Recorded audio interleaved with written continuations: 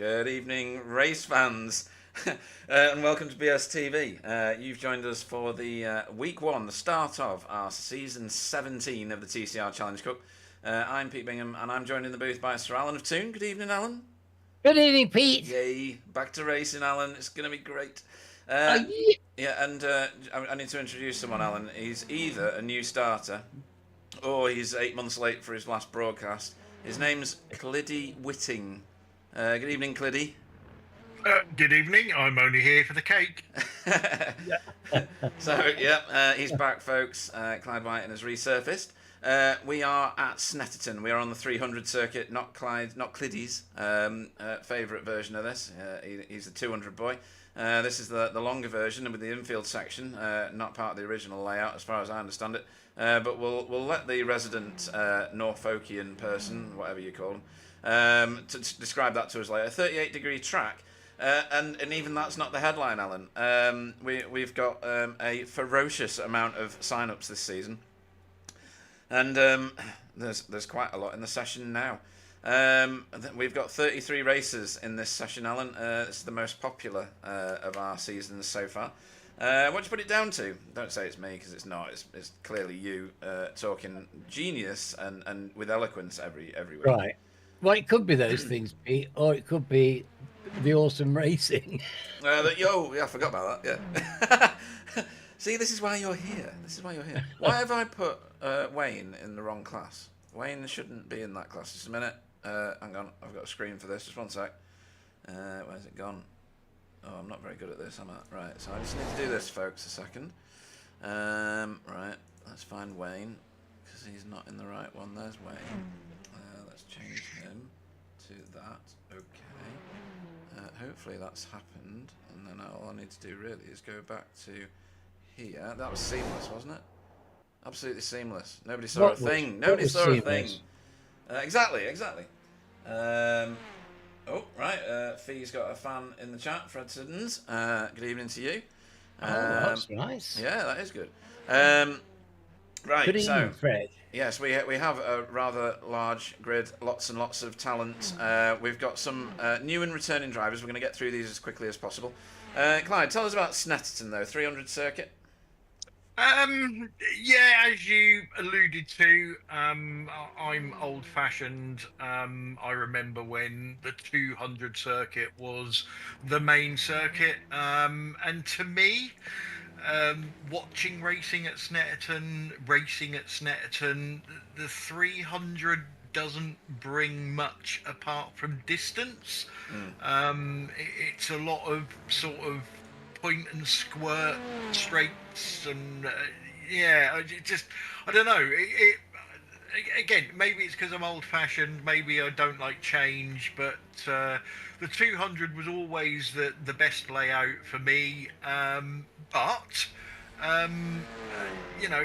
it does lengthen the circuit. It makes the lap longer. It gives drivers, I wouldn't say it gives them much more in the way of overtaking chances, but it gives them much more in the way of making mistakes chances. Yeah, absolutely right. It is an entertaining track, though. It's been ironed flat by the gods, hasn't it? There's not much undulation on this one, apart from bumhole, of course. Yes, I said that right, folks. Right, so some housekeeping.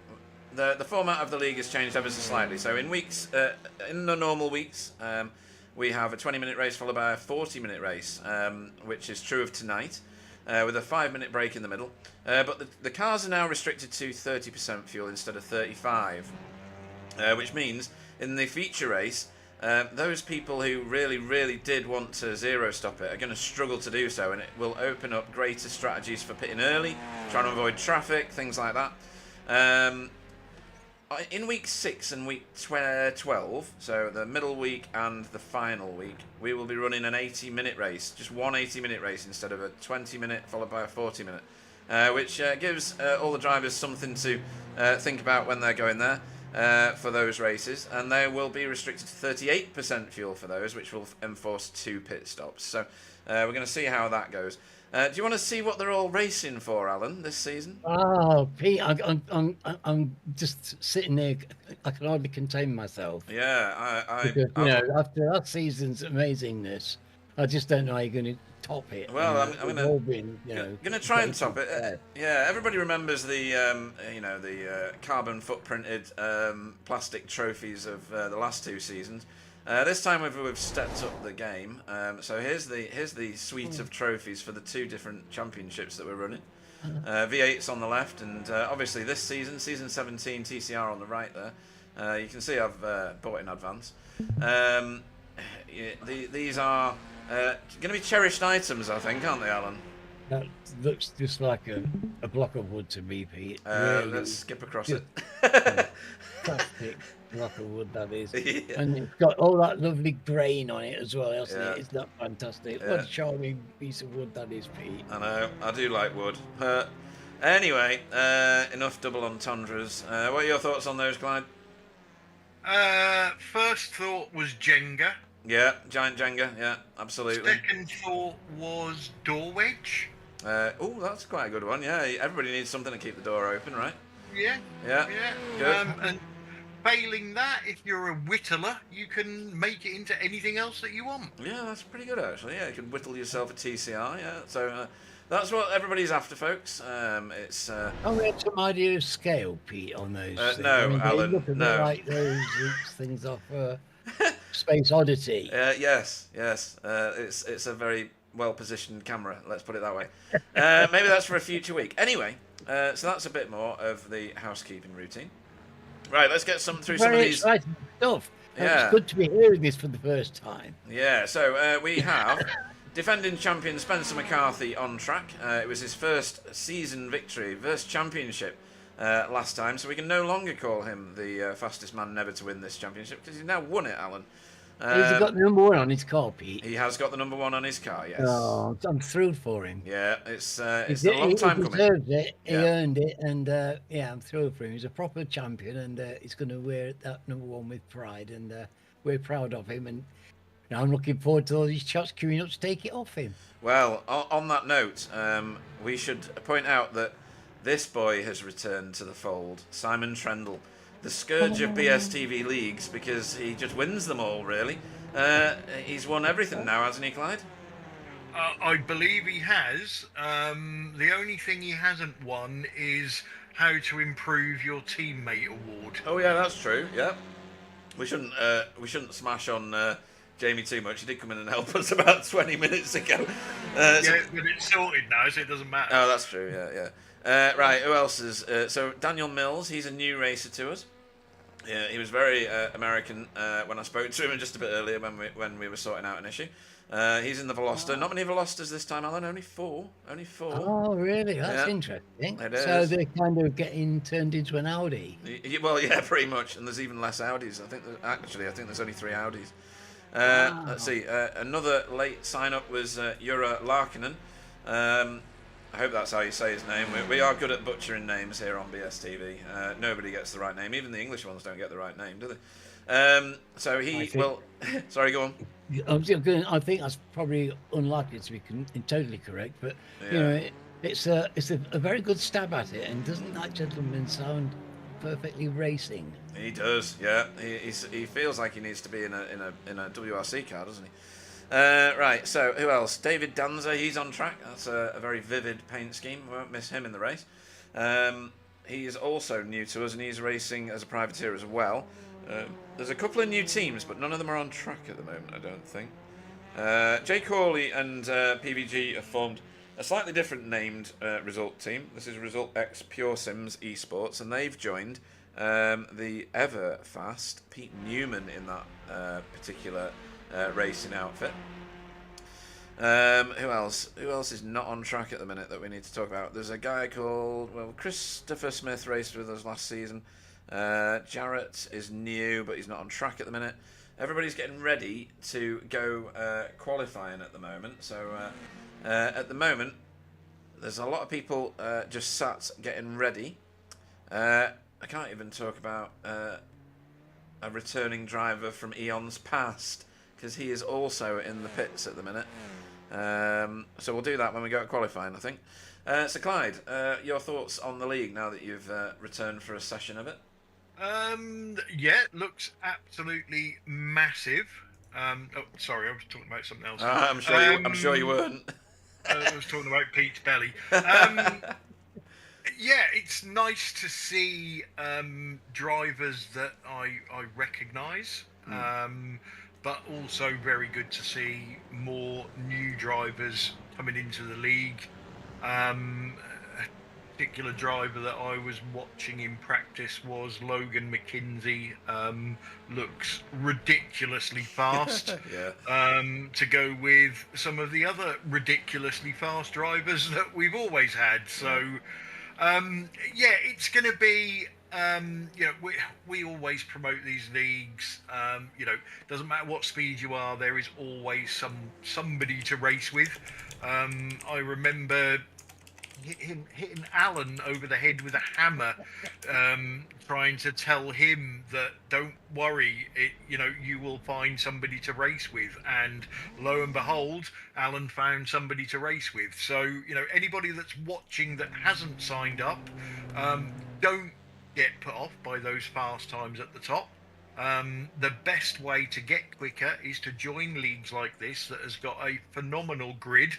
And you literally just pick targets. You know, who's a second a lap quicker than me? Right, that guy, that girl. Right, I'm going after them. And then once you've got to that speed, you go, right, who's next? So, you know, get signed up. There's still spaces left on the grid. And, it just looks like it's going to be a phenomenal season. Yeah, it really does. I'm very impressed with the reaction of everyone, really, as everybody comes piling out the pits here. This is one of the funnier points in my day, watching this lot come piling out. It's a grand sight, though. To be honestly, I think it's a grand sight, isn't it? Yeah, while we're going round the first few laps, whilst these guys try and find a little bit of tarmac to race on, let me talk through the banners. Right, let's talk about...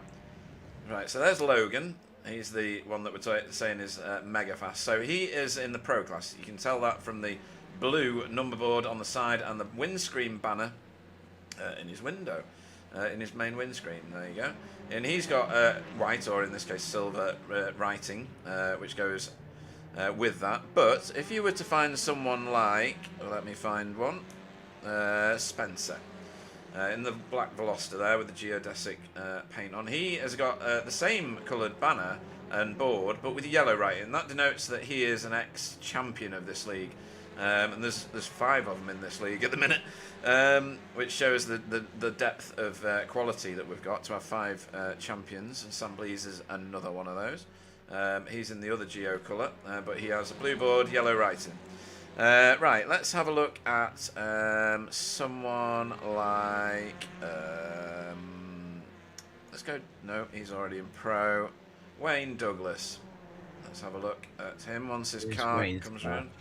Yes, because I've got to learn some new cars. It's very exciting. Yes, you do. Yeah, it's going to be good. You know. So Wayne is in the Pro-Am class, which is denoted by the green board and the white writing. We do have a racer... but he is not here tonight, who is a Pro-Am racer who is a previous champion. That's Chris Needham. He'll be joining us on a future week. He's on holiday, I think, at the minute, or away with work. So green is Pro-Am. That's the middle classification of car. And then we have the Am class. So these are the guys that are striving to get to Pro-Am and improve their driving, etc., etc. You know, just like the Pro-Ams are trying to improve their driving and get in the Pro. These guys have got orange number boards and banners in the windscreen. So you can easily tell who is in which class, and those are also represented on the timing tower in the left-hand side once anybody's actually done a full racing lap.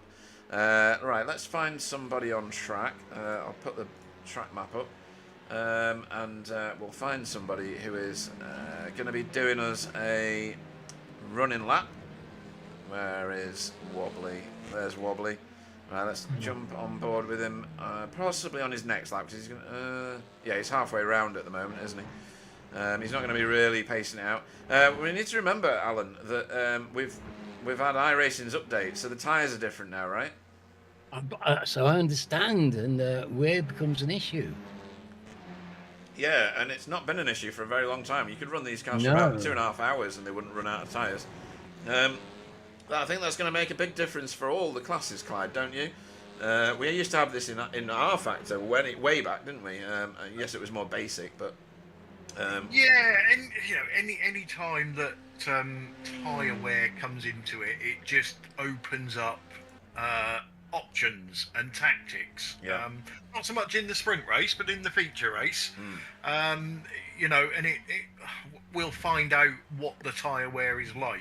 Yeah. Hopefully it's you have to look after your tyres a bit, otherwise you're going to struggle at the end of the race. Then we can see excitement towards the end. Hopefully it's not the tyres are just going to wear out after 3 laps and everybody's going to be slip sliding all over the place. Yeah, true. But until we get the racing, I suppose really whichever way it goes, especially with this amount of cars on the grid and this amount of talent, the racing is going to be exciting anyway. But those who know me know that I love the tactical side of racing. So yeah, anything that throws more tactics and more options at the drivers is going to get a big thumbs up from me. Yeah, I think that's a good way to view it. Right, let's go and find someone who's starting a lap. It's very difficult when they're just kind of coming over the line. Right, Logan. Right, he's into turn 1 here. He's going to take a late apex on this one and get back on the gas, up through the gears slightly, and then heavy on the brakes into this hairpin corner here, which is Montreal, is it? I think. And then we're going to straighten the car up, get on the gas as soon as you can, obviously, get to the right-hand side to take a left-hand turn. There's a car going slow on the inside there. He's going to avoid it going through Palmer. He's going to run it really wide here. It's very generous, this track on that particular exit. You don't pick up a 1X there. He's going to fire it down this straight towards Agostini. Helpfully, there's name boards for all these. So first gear around here in the Civic. Back on the gas.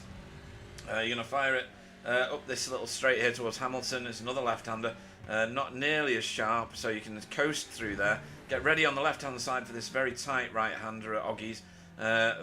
Second gear, lots and lots of curb. Don't run it too far to the left. You want to straighten up before you get on that bit. Car joining on the left-hand side there. That's off-putting. Through Williams. And then you got this straight, a little draft train here. He's going to try and pick up a bit of draft off that Chimera car in front of him. He's going to pull to the right. Go underneath the bridge here of Bentley Straight. And then you're going through, is it Brundle first, isn't it? Brundle, then Nelson. Then Nelson is the right-hander through this quite wide open chicane. Avoid that sausage curb on the right-hand side there. That's lethal. Then you got Bumhole where the car dips down on the right. The camber's with you, and then it's not. It spits you out to the left. But the sharpest line is the fastest line. And then you're going around Coram. This is a forever right-hander. You're usually in 4th gear going around here, maybe 5th if you're a smart one. Drop down to 2nd gear to take the last corner, which I've forgotten the name of. Murray's, cheers. And then on to centre straight, and that's a lap, and that looks like a pretty tidy, clean lap. There was a lot of distraction for him on that lap, though. That was not an easy one for him. Cars approaching left and right. But he's done enough to top the timing tower, Alan. Oh, it was very, very tidy lap. I mean, I'm a bit of an expert on this place. Yeah, that was pretty tasty. That was that was an effortlessly impeccable lap, Pete. Yeah, so what Logan's done there is he's parked the car and gone for a pit stop. Whether that's because of traffic or because of tyres, I'm not sure. But historically in these cars, you want to run for a few laps. It takes a bit of time to turn the tyres on and get that liquid adhesion between the molten rubber and the cool tarmac underneath. We did have a 38-degree track, and it'll only go up because we're at noon race time now. So yeah, it's going to be a very exciting start to this season 17. I can't believe we've been running it for 17 seasons. The only one that runs longer than this is V8 ESC. That's in its 15th season and starts on the 22nd of this month, a week on Saturday. So it's not far away, folks. If you like this league and you like what you see and you want to have a go at something which is a mega challenge, which is driving an unadulterated V8 with a limited rear differential, spooled rear differential, I should say. No ABS, no traction control, no nothing. Just you and a pedal and a steering wheel and some walls. It's a real education for everybody. Get yourself signed up. It's already fairly heavily subscribed, and it's going to be a very successful league, I think, yet again, Clyde, don't you think? Yeah, you know, we've been going. Well, to be honest, it's the reason we started this. Yes. Yeah.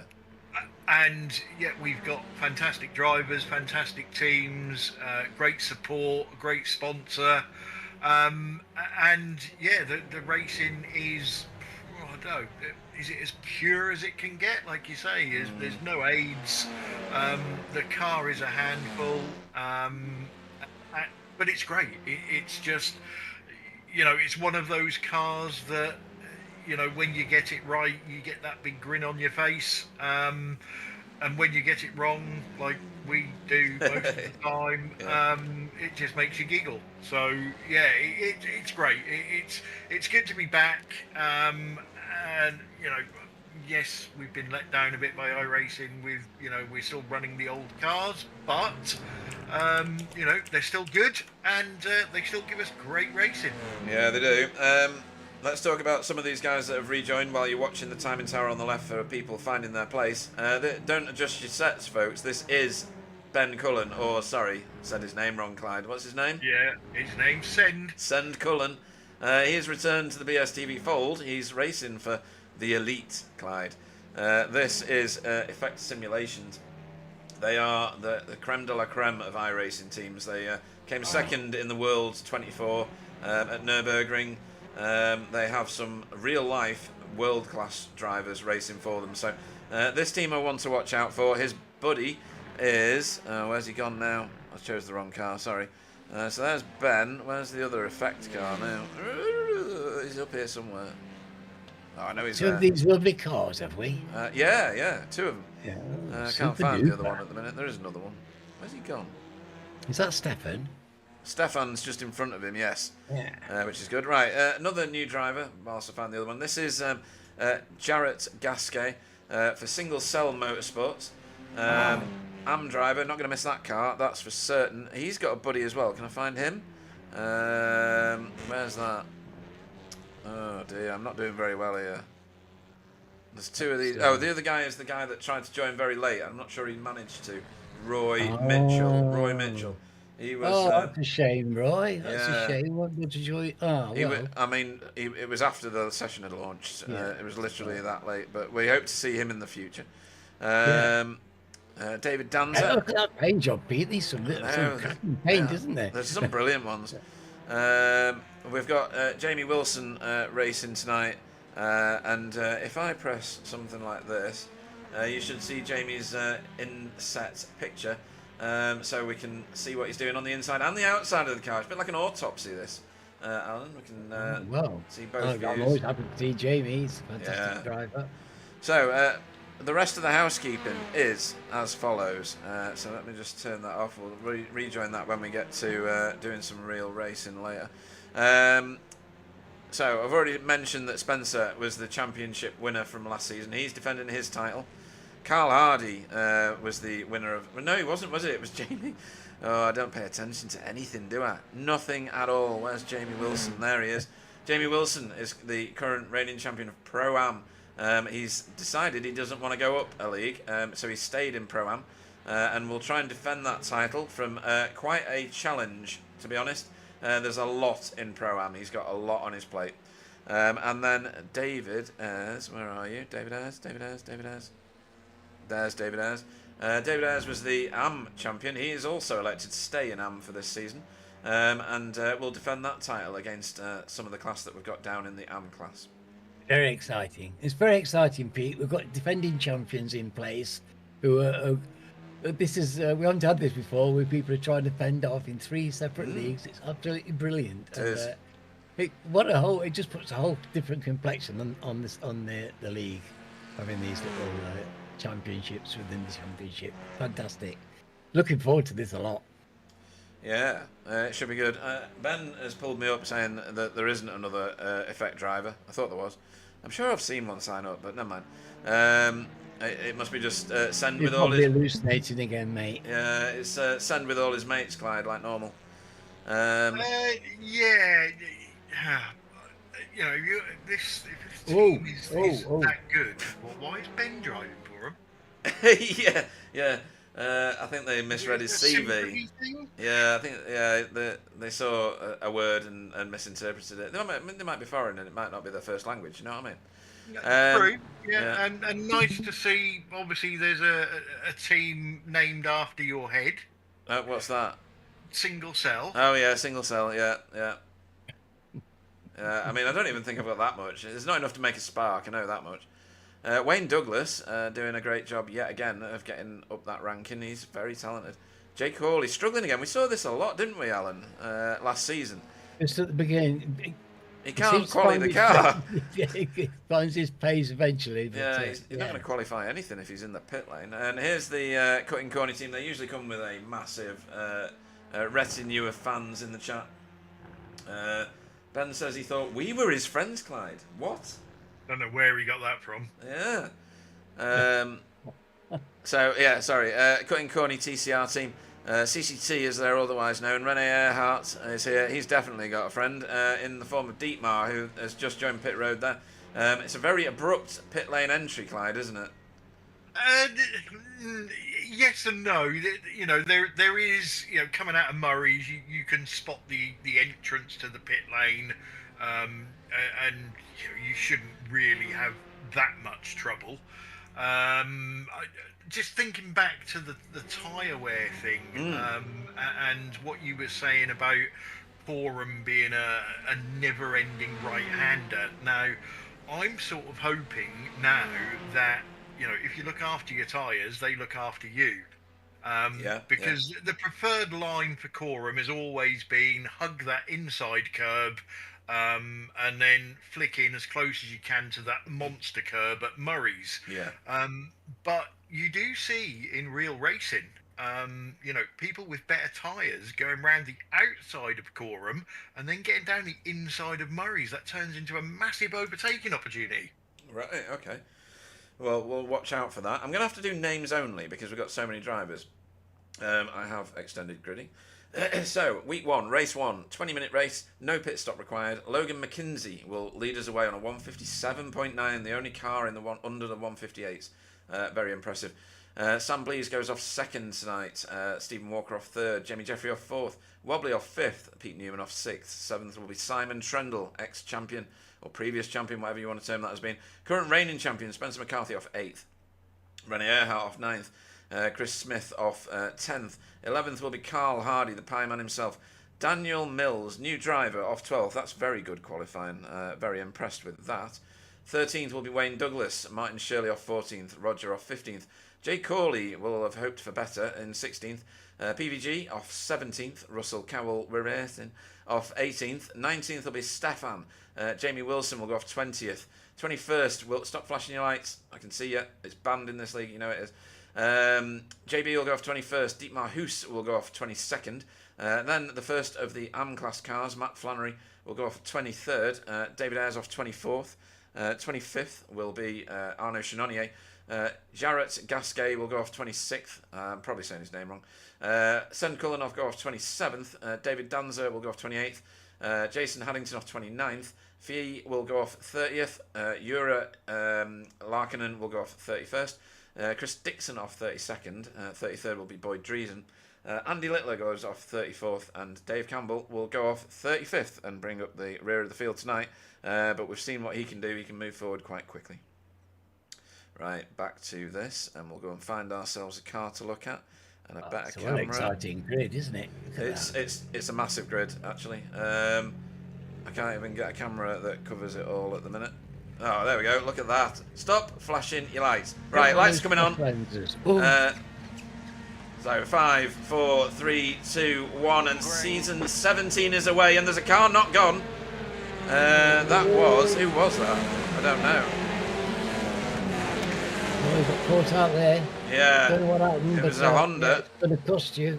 I think, it's certainly going to cost you. I think it was Stephen Walker, believe it or not. I mean, he's not exactly famous for his starts in some other cars, but he's struggled with that one. I think it was him anyway. I might be very wrong. No, it was Stephen Walker. So already at the front, look at what Jamie Jeffrey's done. Got himself into third place. Put Wobbly behind him. Oh, no, he hasn't. They both moved past Stephen Walker. Right, okay. Wobbly is now pushing the issue with Jamie Jeffrey and is off to the races. He's got that third place nearly as Jamie's on the dirt. Side by side. Oh, Jamie turns it. Oh, that's nice. Jamie's a local boy. Yeah, Jamie's a local boy to this track, isn't he, Clyde? No. No? Is he not? No, he's Brands Hatcher. Reading that way. Ah, right, okay. South Coast. So more of a Thruxton boy then, yeah? Yeah. Track we really need on here. Yeah, that would be awesome, that one. Right, so PVG going at it with Wayne, but Wayne's come out on top there. And no, he hasn't. Is that Jay Corley? No, there's Jay Corley. That was PVG that Wayne's just kept behind him, I should say. More overtaking going on here, behind that bridge, of course. René Earhart having to give up places. I think he had a slowdown, or got off the corner badly. He's behind Roger Morton at the moment. You can see your timing tower there, folks. Don't forget, blue is the Pro class. Green is Pro-Am class. And Am class is the orange. I was reasonably good at classifying people last season, wasn't I, Alan? But you're spot on, Pete, honestly. Yeah. And it looks like you got it pretty in this time as well, to be honest. Yeah. We'll see. I don't know how you do it, but it's very, you do a spot on job with it, you really do. And look at these cars, this is terrific, isn't it? Well, this is the advantage of this circuit. And I was here a few weeks ago, and it's a great place to watch car racing because there's a lot of extended stretches that you can get in view. Yeah, so on board there with Jamie. Sends it down the outside of JB. And this might be to what Clyde was talking about. You can go around the outside of a few of these corners, and Jamie's having a go at that, Clyde. Yeah, again, going back to that tyre wear, it's going to be interesting, if you are going around these outside of the corners, whether that is going to hurt your tyres or not. Yes, yeah. Are people going to suffer towards the end of the race? Yes, but I guess for this short sprint race, it's not going to be so much of an issue. You can't imagine it would be in a 20-minute race, but in the 40-minute race, that's certainly going to be part of the story now. Yeah.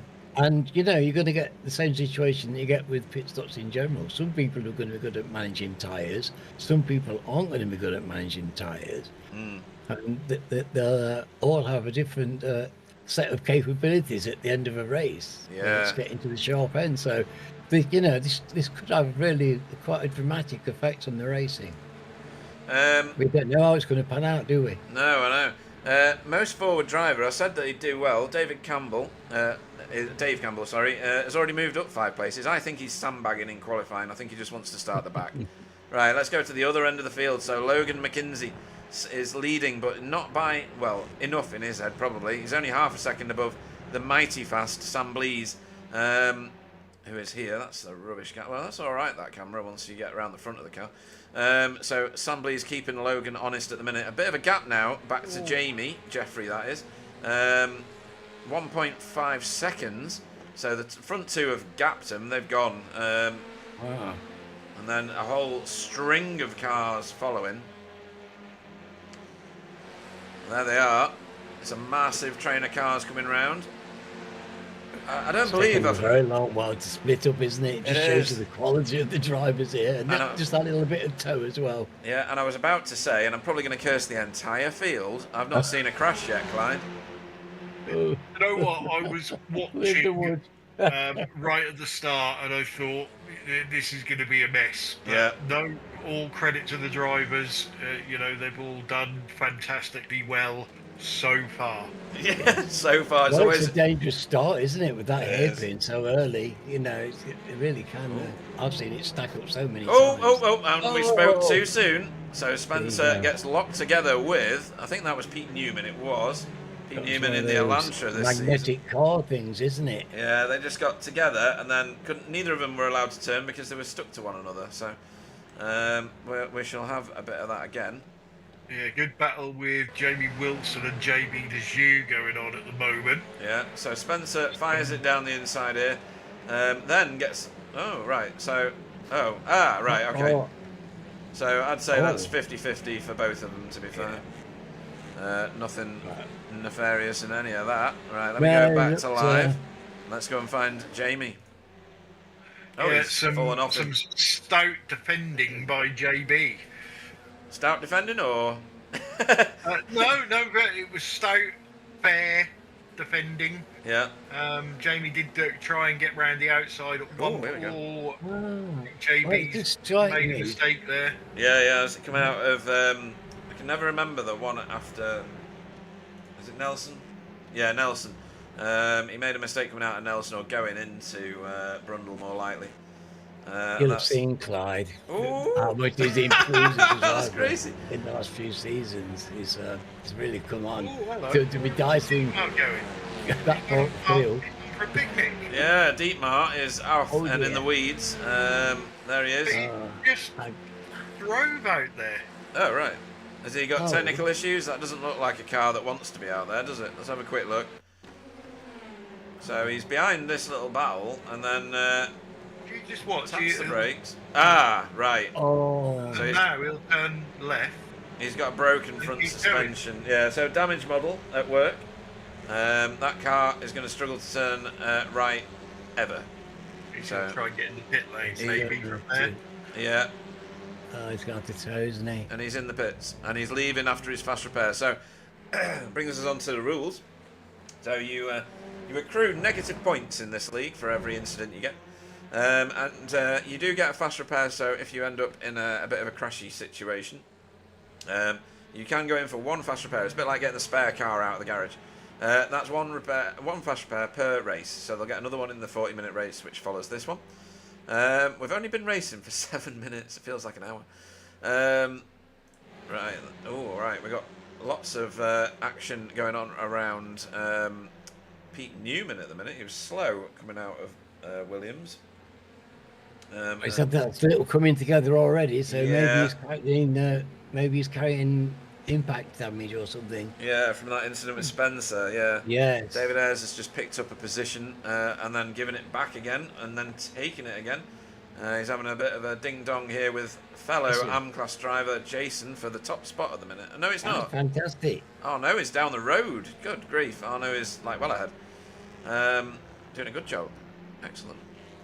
Stephen Walker and Wobbly Kneecaps look like they're about to get it on. Yeah, both in Civics.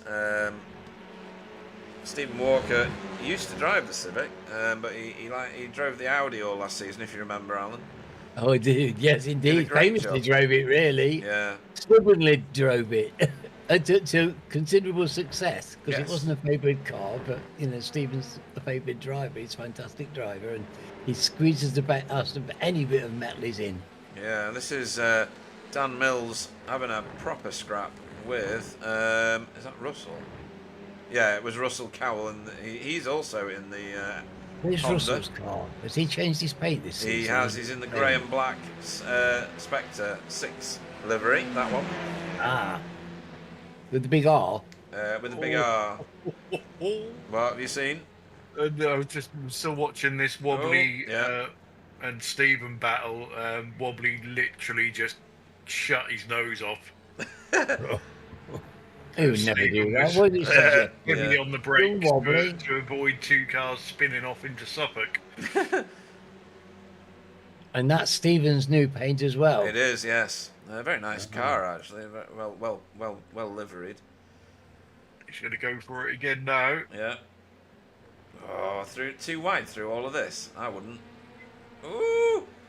Wobbly they're giving made a it- mistake on the entrance, but he's got away with it at the moment. Yeah, but round the outside at bomb hole is good. Right. So this is Coram. If he can stick round the outside, he's going to get the inside line for Murray's.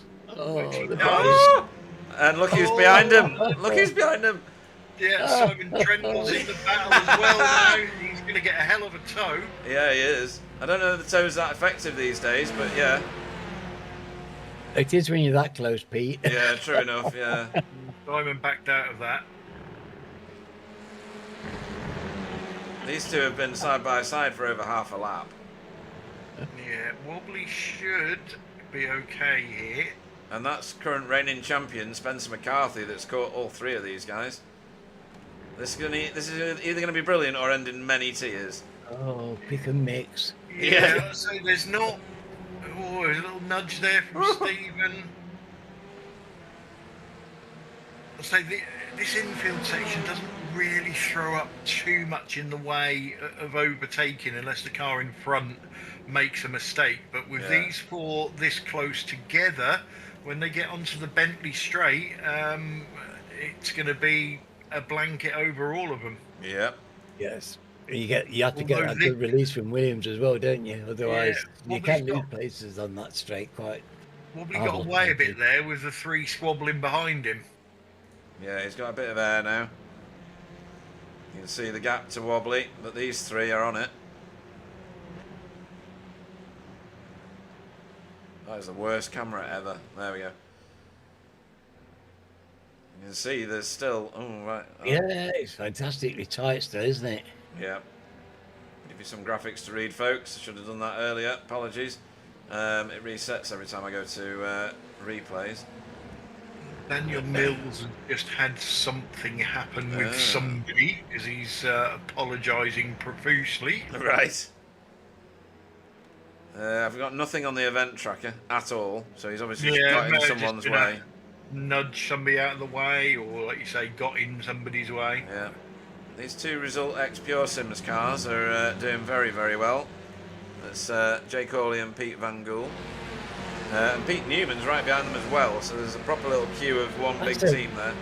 A fearsome trio. It is, yeah. This new team, that really is. I think they'll be looking to make an impact, you know. Yeah. So, Wayne, exciting times. Yeah, lots of pressure coming here from Jay Corley on Wayne Douglas. Don't forget, folks, Jay Corley streams his races. They are brilliant, and he's such a nice bloke. So get yourself over to his channel on YouTube and Twitch and get watching that. Obviously, after you finish watching this. Right, so on the chat, Mark Draper, why aren't you racing? Your daughter can't be dancing that much. It's nice to see Mark. Good evening. There we go. So this is still going on. So just to remind you, Logan McKinsey, mega fast, is 0.8 of a second ahead of previous champion Sam Blease. Previous champion, I don't know.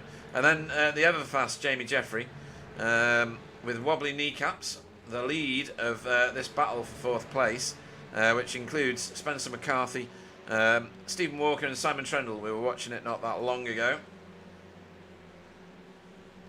Yeah, Spencer's obviously got ahead of Stephen. Yeah.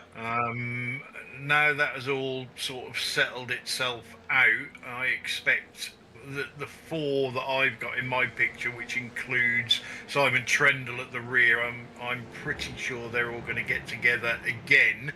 And then a new driver to me, Chris Smith, is rapidly gaining on them every time they battle. Which is unusual, isn't it, Alan? Because he's driving the Audi, which is like a house brick. So he's obviously well heeled at handling that car. It certainly is. I wouldn't have said this was the favourite place. Well, the Audi, you know, it's got that gearbox, hasn't it? It does have that gearbox. It's good for straights. That's about it. We've got two good straights here. You know, there's places where you can take advantage, but well, I'll be interested to see how it goes. Clearly a capable driver. He's got a fantastic paint job, so that's going to be worth two mile an hour. Yeah, and he's got a Ginsters wagon behind him, and then Martin Shirley behind Carl. So Carl's in the council paints. He's not got to have a paint uploaded. That's why he's in the black and white BSTV council paints. As Daniel Mills, I should say, used to work with a kid called Danny Mills, is having a tussle here yet again with Russell Cowell. Well, Russell's clean and fair racer. You can have an awful lot of fun racing against Russell because you know he's up for it and very, very fair. Please wait, mate. We're racing. Precisely. I was interested when you read out that list of drivers. I think it was 4 drivers' names, and they're all ex-champions in a row. I know. It's terrifying. I was thinking about what you said earlier about we've got all these drivers with the champions banners, and I'm thinking, you know, that's just a sign of the legacy of the duration of these people coming back to this league, how it's endured in people's hearts and how they keep coming back, because it's really a great league with a lot going on, and a lot to be said for it. Yeah, absolutely. Marco Lewert's just woken up. Oh, race already started. Yeah, and your boy, Stefan, for VTS Esports, is in 19th and doing a great job. He's the only one of 2 Audis in the field. And he's coming under a bit of pressure here from Jamie Wilson. Jamie with his inset camera. This is what it looks like through VR, folks, if you're ever wondering what the experience of VR is like. I've never done it. I'd be seasick and vomiting all over my rig. But you've done it, haven't you, Clyde? You've done VR. Yeah, loved it. Yeah. Whole new dimension to racing. Yeah. So yeah, really enjoyed it. And you've done it as well, haven't you, Alan? And you do it at regular. I do it all the time, Yeah. mostly. I'm playing golf in VR as well, which is also fantastic. Yeah, you were saying.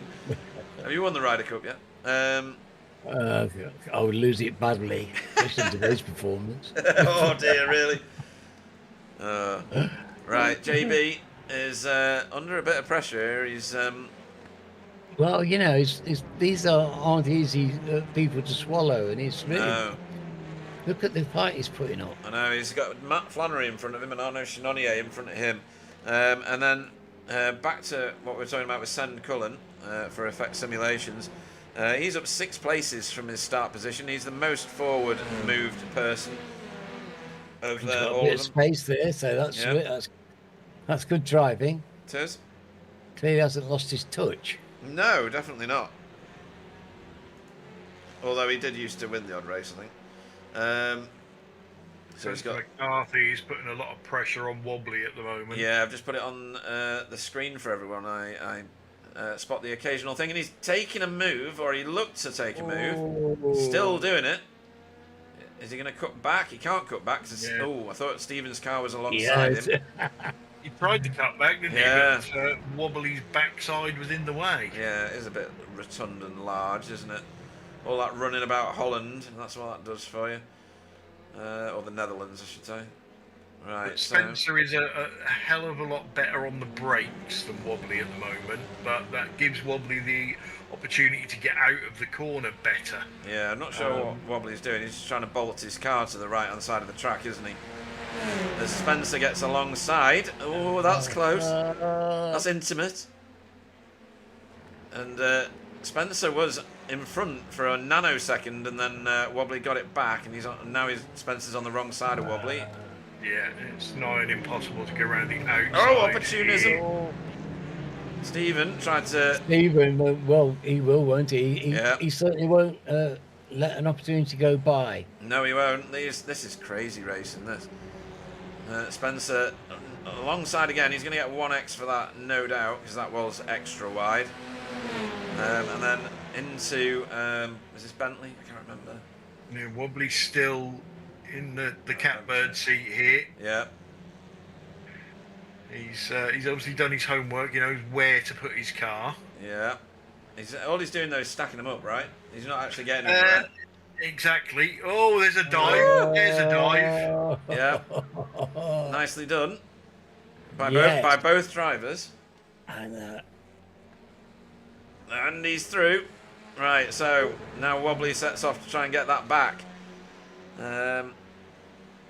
Well, he's got the toe here, and you know, it could be decisive on this long run in. Somewhere behind that Coma Oil is 4 cars having a thrash. And he's alongside again, and he's ahead. Through here. Oh! Oh, I thought that was superb curtains. driving. This is superb. I thought you said it was going to be close. Yeah, well, yeah. All these cars are miles apart as Russell Cowell takes a position from Roger Morton further back in the field. Spencer's bossing this one. Is this the last lap? No, it's not. There's one more lap. White flag. Oh, Wobbly made a big mistake there. Yes, he did. Simon And he's- Trendle has got past Stephen Walker. Oh, goodness. Everybody's after Wobbly. Oh, Oh no! Oh, I thought that was contact. I'm not sure. This is mental, this. Meanwhile, whilst this is going on, Logan McKinsey is leading the race still. by 1.4 seconds over Sam Blees, who's got a 3.5 second gap over Jamie Jeffrey in third place, and then 7 seconds back to these squabbling wasps at the moment. And this one's split up a bit. It's a scrap now between Stephen and Simon, but they've attracted the attentions of Christopher Smith. Yeah, I told you he was coming. Yeah, he's the lead Pro-Am car, and he's got good points sat in front of him there. He could get much nearer to the podium. He's not going to get a podium, obviously, unless somebody absolutely mullers themselves in the top 3, which is unlikely.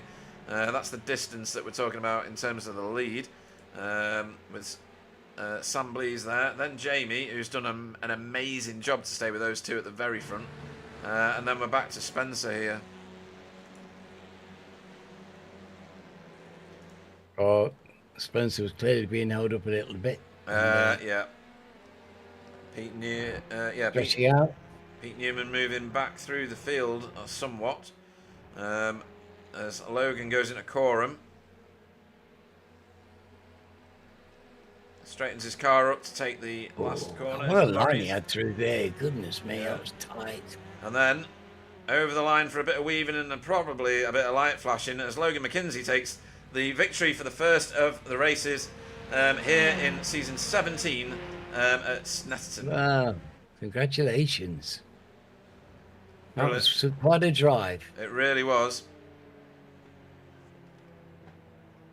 So, very impressive racing. This lot come across the line as they were. Lots of light flashing going on. The only time it's acceptable, in my opinion, we did put light flashing into Garage 101. Someone used the word deg the other day in a chat, Clyde. Oh, Who's that out of fuel? hope you killed him.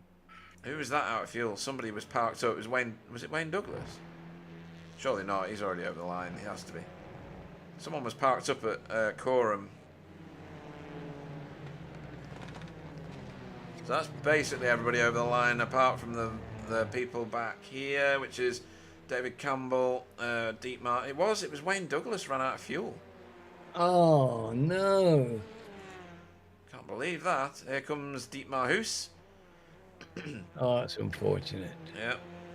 Dietmar was the one going over the grass earlier and had to pit the car. Fiona and Boyd still racing here. And this is for 33rd place. You score points all the way at 50th. It doesn't matter. Look at this. I know. These are racers, and they will race. Yeah. Boyd looks like he's closing, but he's not going to do it by the line, I don't think. So, Fred, Like you'll be a lot happy of to fun. see Fee win that little interpersonal battle there. Gofferman says, I'm very Sarge familiar Gibson. with being just behind Fee going over the line. Yeah. Right, so we've got a 5-minute intermission. Wait, oh no, I don't want to show you that. I want to show you this. So let's see the finishing order for our first race in season 17. So Logan McKenzie takes the honours, finishing first for Sim Racing Grid. Sam Blees second for Hydro Race Geodesic Racing, and bottom step of the podium, but a podium, Jamie Jeffrey for Coupes and Convertibles Racing. What a fantastic performance from those three.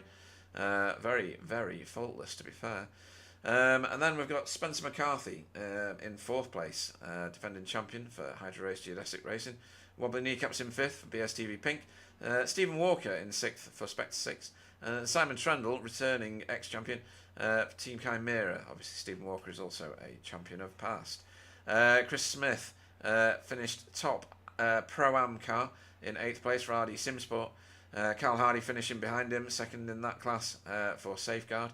And then Martin Shirley, a very quiet but very competitive performance for RD Simsport there in 3rd. So RD doing a great job. Rene Earhart finished 11th for Cutting Corny TCR. Jake Hawley 12th for Result X Pure Sims Esports. Ahead of both his teammates, Pete Van Gool and Pete Newman. Russell Cowell finished 15th for Spectre 6, with Roger Morton even in 16th for Safeguard. Daniel Mills finished 17th. Stefan finished 18th, so he moved up in the end of that race for VTS Esports, which is great news for him. Jamie Wilson finished 19th for Team Chimera. Sen Cullen in 20th for Effect Simulations. And then the first of the AM class cars, Arnaud Chinonnier takes the glory there for Air Smart Racing. Matt Flannery in 22nd, but second in class for Hydro Race Geodesic. JB Dejoux finished 23rd for BSTV Pink. Obviously got shuffled out somewhere along the line because he was fighting with Jamie Wilson quite a lot early on in that race. David Ayres finished 3rd in class for AM and 24th in the field for Result Clothing. Kylie finished 25th for Air Smart Racing, and Jarrett Gasquet in 26th for Single Cell Motorsports. David Danza in 27th, Jura Larkinen in 28th. 29th was Chris Dixon for Workguard. Dave Campbell, Andy Littler was 30th for Workguard. Dave Campbell was 31st for DB Quasi Racing, with Dietmar Hoos in 32nd for Cutting Corny TCR team. Fee Siddons in 33rd for Workguard. Boyd Driesen in DB Quasi Racing in 34th. We saw that battle to the end. And then Wayne, I think, ran out of fuel, which is a bit sad, and finished 35th. So, Clyde, first race back with us doing this, and you got a good one. Yeah, very clean, which is always a good thing to see. But with some very, very close racing. I think Logan McKinsey has put the gauntlet down and set the bar. I'm sure those behind him are going to be right. Okay, there's my target for the season. Yeah. Jamie Jeffrey,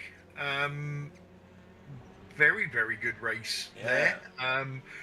Obviously didn't have the pace of the two in front, although they only sort of crept away from him. It looks quite big in the end, but it took him a few laps to get that gap. But with everything going on behind him, gave him a nice, comfortable podium. It did, yeah.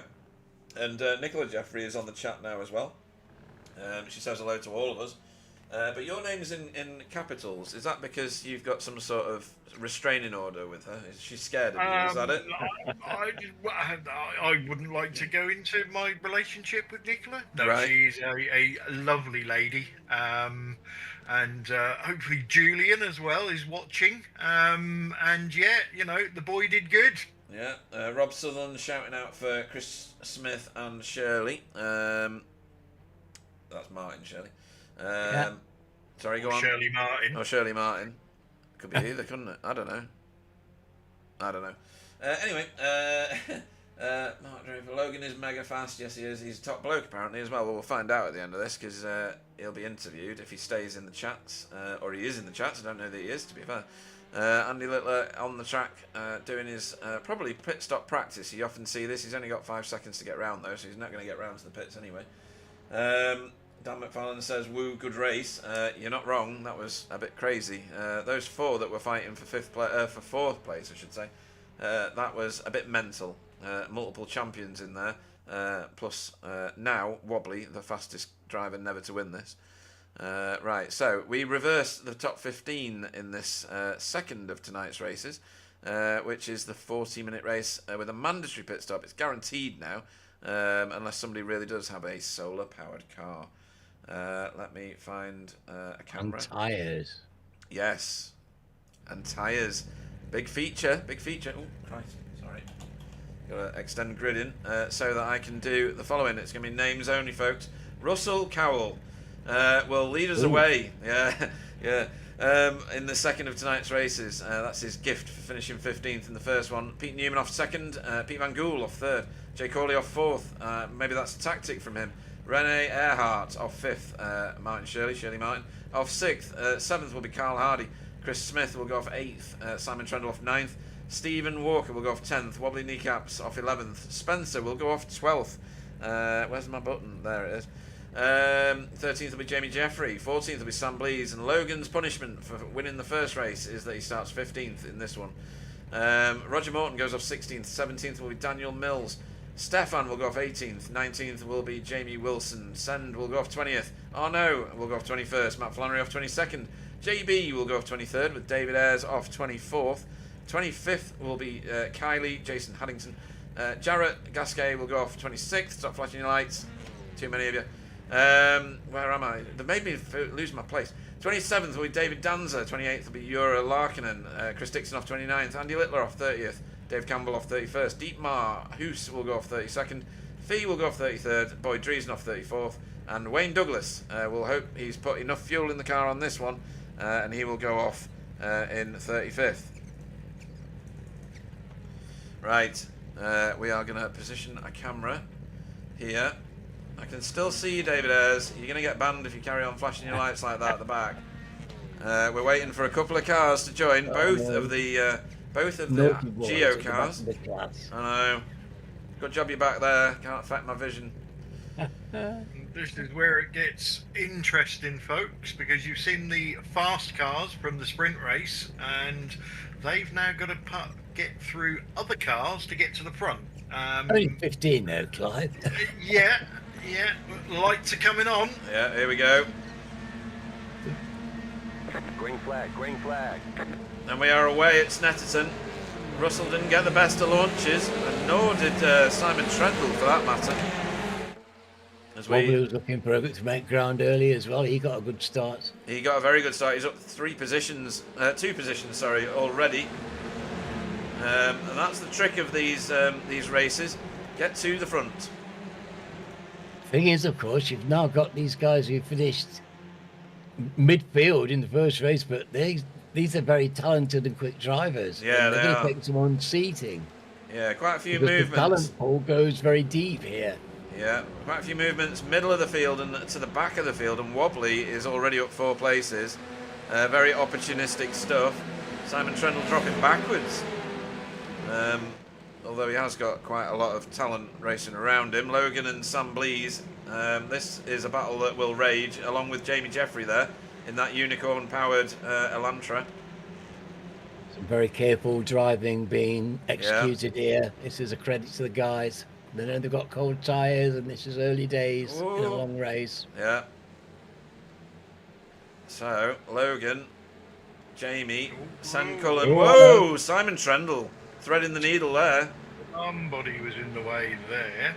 Yeah, Spencer has got a bit of gap now, and he's got Martin Shirley Martin. I've lost my bottle with that one now. I don't know which one's the right way round.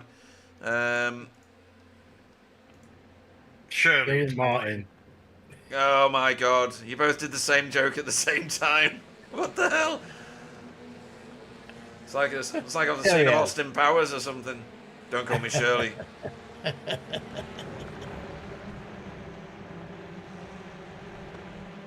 Now these seem to be not holding back. It seems to me now that they're really trying very hard at this moment. Oh! That was. Don't call me Shirley. That was Martin Shirley Martin. Save. That's what it was. It came under control very rapidly. That's very good car control. Really knows what they're doing. Yeah, look at this mob here coming over the line. Good grief. Did you see that purple lap go up? Yeah. And then another mob going over the line. Wow. This is a bit crazy here. So there's some super fast coming through, but do the other guys realise they're on their way? Oh! With 3 wide coming out of the hairpin. Yeah, we're watching it. It's a bit mad. It's a bit mad. It's impossible. It's physically impossible to do that. So how they managed it, I have no idea. Yeah, Chris Smith is doing a great job of putting his car in all the right places. I mean, that Audi's going to handle like a pig around those corners. But he makes up for it in the straights. He's doing a great job. It's a nice wide car, isn't it? Yeah, for the Cutting Corny fans, that is Rene Earhart, who's doing a fantastic job of holding position at the minute. Yes, he's down 7 positions from the start, but he's in this little battle, he's doing very well. Yeah, Jamie Jeffrey just put a great move there on Chris Smith. Yeah, we saw it in the background. There's other stuff going on at the time. He's got one of those miracle overtakes on him, hasn't he, though? Yeah. I don't know how he does it. He's also just given the bumper to, I think it was Martin Shirley. No, it was Rene. It was Rene, is it? Yeah, Sorry. Martin's the next car. Not put the bumper to him in an unfriendly way, just, you know, I'm here, I'm coming through. Yeah. I suggest you move out of the way. Rene taking rather robust defensive positions. He's staying on the defensive line here, but Logan may well just sail right round the outside of him, which he's doing. This is the move that you were calling, Clyde. Yeah, like I say, if you can stay around the outside, there you go. You see it. You know, it's a given. Yeah. It's A, getting round the outside, B, staying round the outside. Yeah. You can master both of those, then you'll get a position. You've got to go pace though, haven't you, Clyde? That's, crikey, you're not holding back. You're going to go a lot further than the other chap, so you've really got to have your foot down and still find the grip. Hang on. Spencer making his way through here on Carl Hardy. Jamie Jeffrey got past Martin Shirley there, so he's got a little bit of clear track in front of him. I think, oh God, look what he's got in front of him. Sam Lee, Simon Trendle, Spencer McCarthy. Well, these two are going at it now, so these are two ex-champions. Sam Blees, he's gone, he's gone! Simon's stopping. Save Simon's stopping. Look at that. Yeah, Simon pulled off there out of the train to keep behind Sam Blees, so he obviously made contact with him, even though I've not got a contact on my screen. It looked like a nudge, but nothing more. But we all know the sportsmanship that Simon Trendle has got. Yeah, so round they go. Just there. Right, so yes. There was some inappropriate touching. And then Simon basically parked it and then got back on the gas when Sam was back on track. So, yet again, fantastic sportsmanship in this league. And that's exactly the behaviour that we have come to expect, to be honest. Jay Corley with the fastest lap of the race. I think Operation U-Tree might be looking at that one. He's found his pace in this one then. Yeah. When I saw Jay go into the front of the race with the swap, I was thinking, crikey, he'll be wanting to find his pace. It wasn't so quick with his quali, but he'll be warmed up, and he's a fast driver. That's a nice to give the front of the grid to. Now, Rene Earhart has suddenly ended up right at the very back of the field, so I've missed something somewhere. Oh, I've missed this. Like, about a minute ago. What's he done here? Is he going to get wiped out stage right? Yeah. Oh, that wasn't too bad. Slightest touch. Damage. Slow down. Slow down. Slow down. You don't want to slow down at that point in the race because the whole field is just going to mully you. As Stephen Walker has just posted the fastest lap of anybody. Has he picked up his pace again now? Very much so, yeah. And he's got a good toe because that is Jay Corley in front of him, who had the previous fastest lap of the race. Jarrett Gasquet. Hopefully I'm saying his name right. I've got no idea. Anybody know on the chat? Anybody? Loic Penault. Can we not just call him Head? Yeah. Oh dear. Gasket. Loic Penault is on the chat. Why are you not racing, Loic? Where's Bootson these days, eh? Last season's... Everybody at home can rest easy now because Cheesecake has arrived. Oh, right, yeah, okay. That's very reassuring. Oh my God! Did you see that? Chris Smith nearly absolutely destroyed Ben Cullen there. He was only millimeters away from it. Oh, that's a lovely overtake. Roger's having a go. Well, you can't make a gift like that. He will try and put his car through any gap. This is excellent like race. All these guys, they don't hang about. They're not racers. No. You don't have to ask them twice. No way. And that is Jamie Wilson here. In the thick of this little battle. This is like a battle 6 cars deep. This. Even the ones that are slightly further apart, they're chasing frantically or being chased frantically. There's nobody who's involved in it. Roger's gone wide. Oh. And Jamie's wanting the inside line at this hairpin, and he's not going to get it because Roger's car's sat right on it. But he might get round. No, he's a bit distant from that. Well, we'll come back. Oh, we can't leave this one because Ben Cullen there. I don't know that he's the cork in the bottle, but he's having a real ding-dong battle with Chris Smith, just in that black and teal-coloured car. Jamie's keen to get past Roger and get stuck into that battle ahead of them.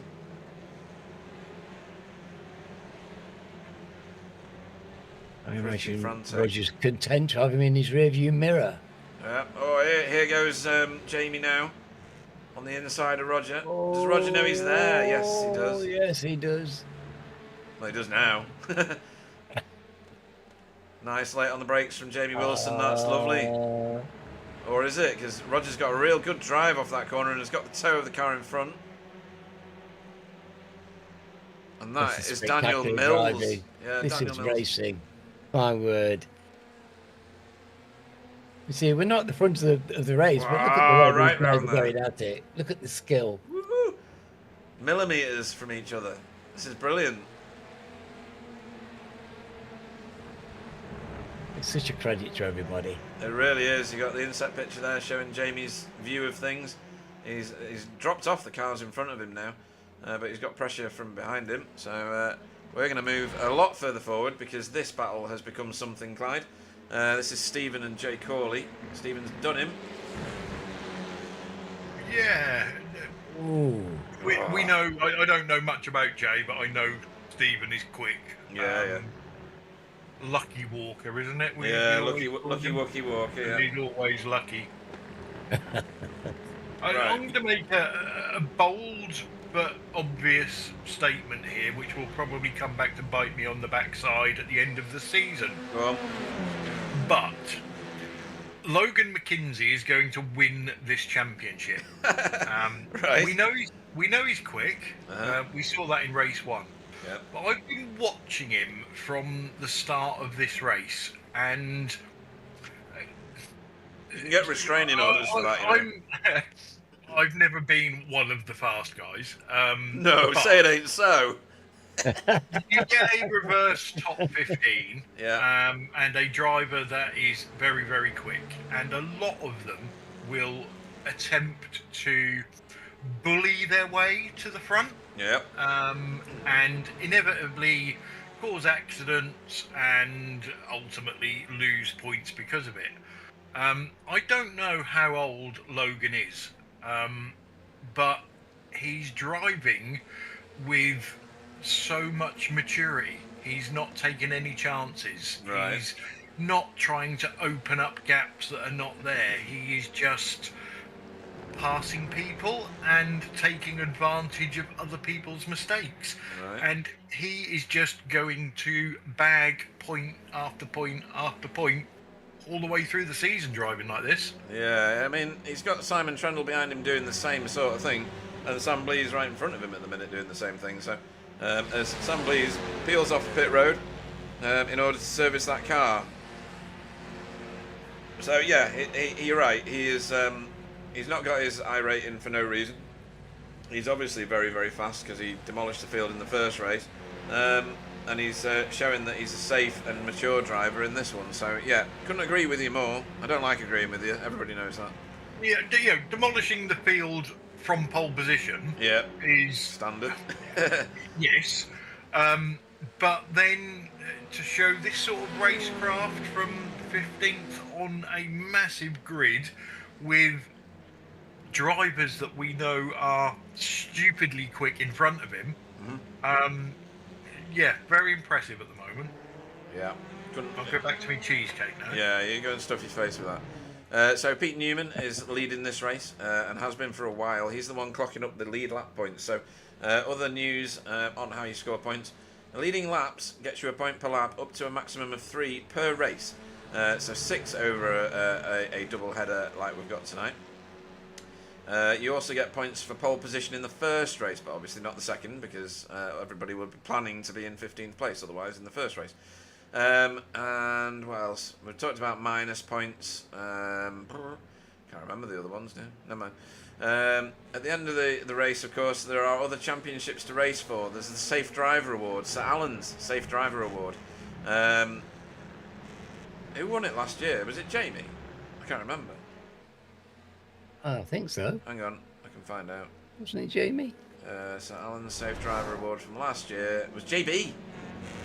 Oh, With it's Jamie in second. Yeah, JB won it. That's right. Right, that's okay then. I Right, knew so, it was there somewhere, but yeah, well done to JB. But you know that he did. It's not like he wasn't in the thick of things. He was No. absolutely in the thick of the race, and all through the season. It was a ferocious season last season, and I don't know how he drove it so beautifully clean. yeah, he did. It was immaculate, actually. Wayne Douglas has gone up pit road as Logan has now put Martin Shirley behind him. Point for fastest lap. Thank you, David, who's on the chat. David Johansson, not able to race tonight because he's supposed to be working, but he's clearly on the chat. Loic, is saying he's coming back next season. Chloe Newland also shouting for Jamie Jeffrey. A great result in race 1. It really was. Where is Jamie? Where's Jamie? Jamie. Fan favourite is Jamie, and you can understand why. Yeah. Driver, lots of panache and very, very clean. Like all the rest of them, they just they set a very incredible example for anybody who's just coming into iRacing. If you want to see how it should be done, you can't find a better example than these people. No, well said. They're good in their driving capacity, but also as good in their manners on the track. And we love them for it. As the season goes on, if Jamie Jeffrey continues to do well, I may share a few stories about him. Right, okay. That sounds tasty. Bit of gossip. David Jansen says he did try and get into this session, but he was back late from work 10 minutes after the quali ended. Well, let's hope that next week. At least he tried. That's nice, isn't it? Yeah, always worth well, it. you know, it's like this wonderful extended family, because we've got, you know, the chat is full of people who drive with us, who have driven with us, who will come back and drive with us again, or who can't be with us this season but will be again. It's like, once you're a member of the family, that's it. It doesn't go away. No, and you know, even someone like Ben Cullen, he's been away for, I don't know, maybe 2-3 years, and has returned to the fold. Prison, probably, yeah. Style prison, probably, or driving prison, one of those two. Right, Pete Newman still holding Russell Cowell at bay at the minute at the very front. Russell in second place, Pete Van Gool in third.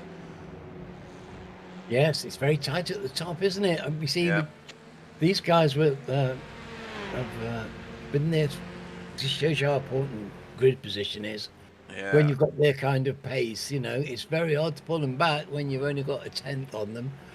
Absolutely right. And we also found last season that watching who is the lead car one who's already done a pit stop is critical to understanding who can win.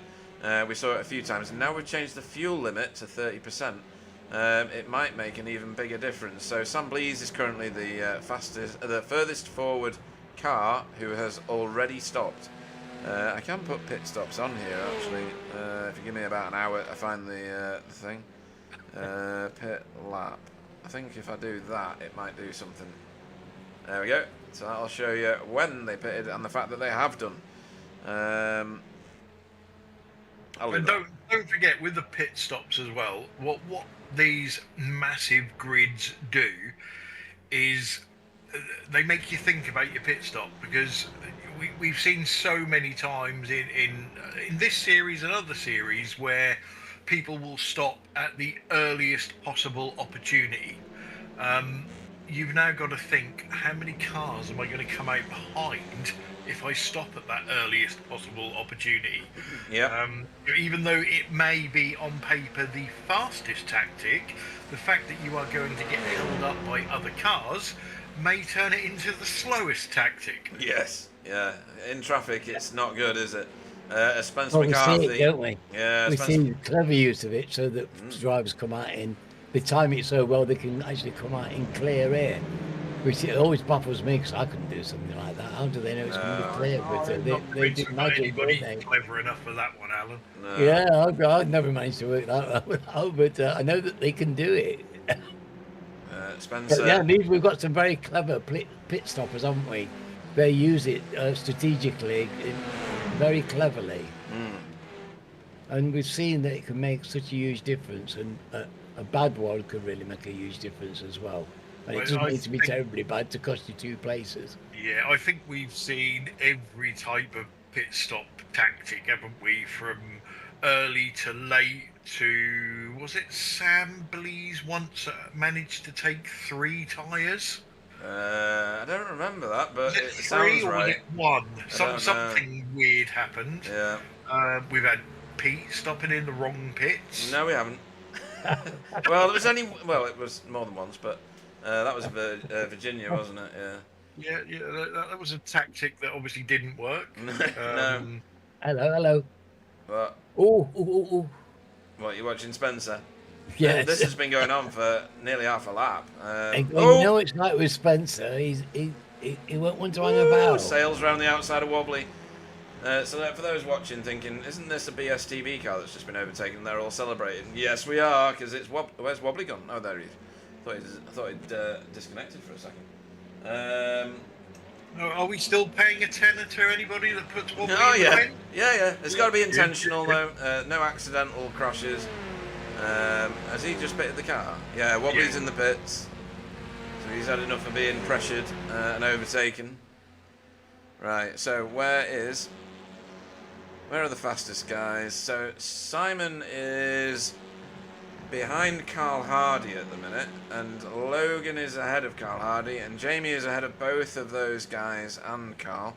Stephen Walker's doing Logan is reeling Jamie Jeffrey in at the moment, because Jamie can't get any joy on Stephen Walker whatsoever. Right, okay. How's Arno doing? Oh no. Yeah. He was very good last season. Oh, he's doing really well. My God, he's up 5 places in 16th place.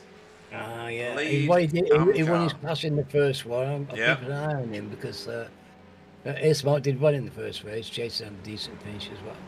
I remember when Arno started and he was more like Oh No. Yes, yeah, that was his unofficial name.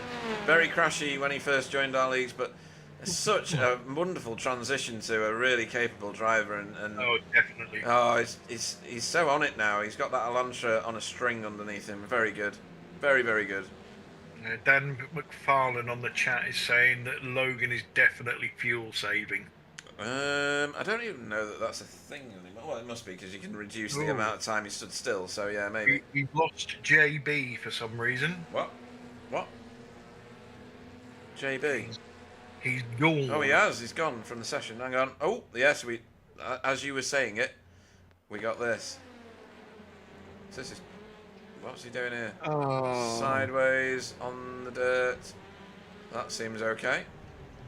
Onto the pit road entry. Stops. That seemed... I don't know. It looked like something had broken. Yeah, I don't know what that was. Hopefully he'll tell us somewhere in a chat at some point. A bit strange. Bit strange. Yeah, very strange. Right, where is everybody? That was a weird camera, wasn't it? Oh, right, this is pressure here for second place? Yeah, second place. So Pete Van Gool wrestles that position away from Well, Russell they're still Cowell, wrestling, aren't they? They are. He's trying to go around the outside of Russell. That might not work. Oh, but it has done. Russell's going to come back at him. Or not. No. PVG got a good run there. So Pete Newman stays ahead. As Jamie Wilson and Jarrett pit the cars. Oh, it gets so confusing when people start pitting and other I know. people haven't. I never know what's going on. But I'm sure you're going to explain it all to me, aren't you? Not at all. So, fastest man on track is still Stephen Walker. With Stephen. Stephen's in 6th. Owes us a pit stop. Up 4 places from his start position, with Spencer McCarthy up 7 in front of him. I don't know. Is that Simon? Or where? is that Simon in front of them? No, it's Jay Corley is in front of them. Simon Trendle is in 10th place, and if Logan is fuel saving, then Simon is definitely fuel saving. Let's jump on board with Simon, just see what his car sounds like. If he's off the gas in key places, like well before corners, then that's what he's doing. Yes, Clyde, that's fuel saving maximum. Yeah. He would be pretty much flat to the floor going around there. So yes, to answer, who was it that was saying he was fuel saving? Dan. Dan McFarlane Yeah. was saying Logan is fuel Where saving. Logan was. Yeah, Spencer McCarthy to pit road. Do you think they're trying no stoppers then? No, it's not possible. We reduced the fuel down to 30. You'd have to get out and push. Just remember, whenever Pete says it's not possible, it is definitely possible. Well, I mean, Oh right, we had David a Jansen. couple last season, so Yeah. David Jansen says JB hates this track and may well have just got sick of it. So it's fair. Oh my God! Oh, Roger only saved it, and he's wide, and that might be him giving up a position to Dave Campbell as they come screaming down here. That's David Ayres into the pits, Jason and Darno into the pits. That's all the whole of Air Smart Racing for this race in the pits. wow. Strategic pit stops. I think so, yeah. Oh, that's wide from Roger. He was out in the weeds there. And we We've know. seen some racing, haven't we, this lot tonight? And since you were last with us, Clyde, the grass is no longer the fastest surface on iRacing. It's slow now. It does actually stop your car eventually. Rain hasn't come to this series yet, has it, Alan? We haven't got the tyres for the TCRs Right, yet, but it's okay. on its way, I can assure you. Yeah, there's a few more series had it inflicted upon them, hasn't there? Well, we've had our first races with the rain last night in the Masters. It was Okay. historic. Was it really? Yeah, absolutely. Was it? Some people have been really looking forward to it. Was it I antediluvian was in states? Was it? trepidation, but I'm pleased with the way they've implemented it. They've done a very, very good job, and Right. the cars are still drivable. It's so realistically done that people can't really find fault with it. I think So that was. it was great. Yeah, I think that was Stephen Walker giving the flashy. But this is Logan and Jamie Jeffrey. Yeah, Jamie is starting to slow Logan up. He may be better off. Yeah, he's fighting. I was going to say, he might be better off just letting him go and tucking in his slipstream. Right. I wonder if we are actually taking any tyres when we stop. I don't really know. I'm not seeing the cars going up on the No, ramps. that's what I was checking for just then, but it doesn't seem to be showing me very much at all. Logan trying to go around the outside of Jamie Jeffrey. That's not going to work really, because Jamie's a wily old character and he's a real life racer and he knows where to put his car. As they charge forward here. Thanks. Oh, that's wide from Logan. Oh. That's very wide. Yeah, he's going to have to give that up. Yeah. So, Oh, and then, hello. We'll have a bit of this, shall we? I think they both got a corner wrong each there, Clyde, don't you think? Well, they're still Yeah. nostril to nostril. opportunity. That's classic.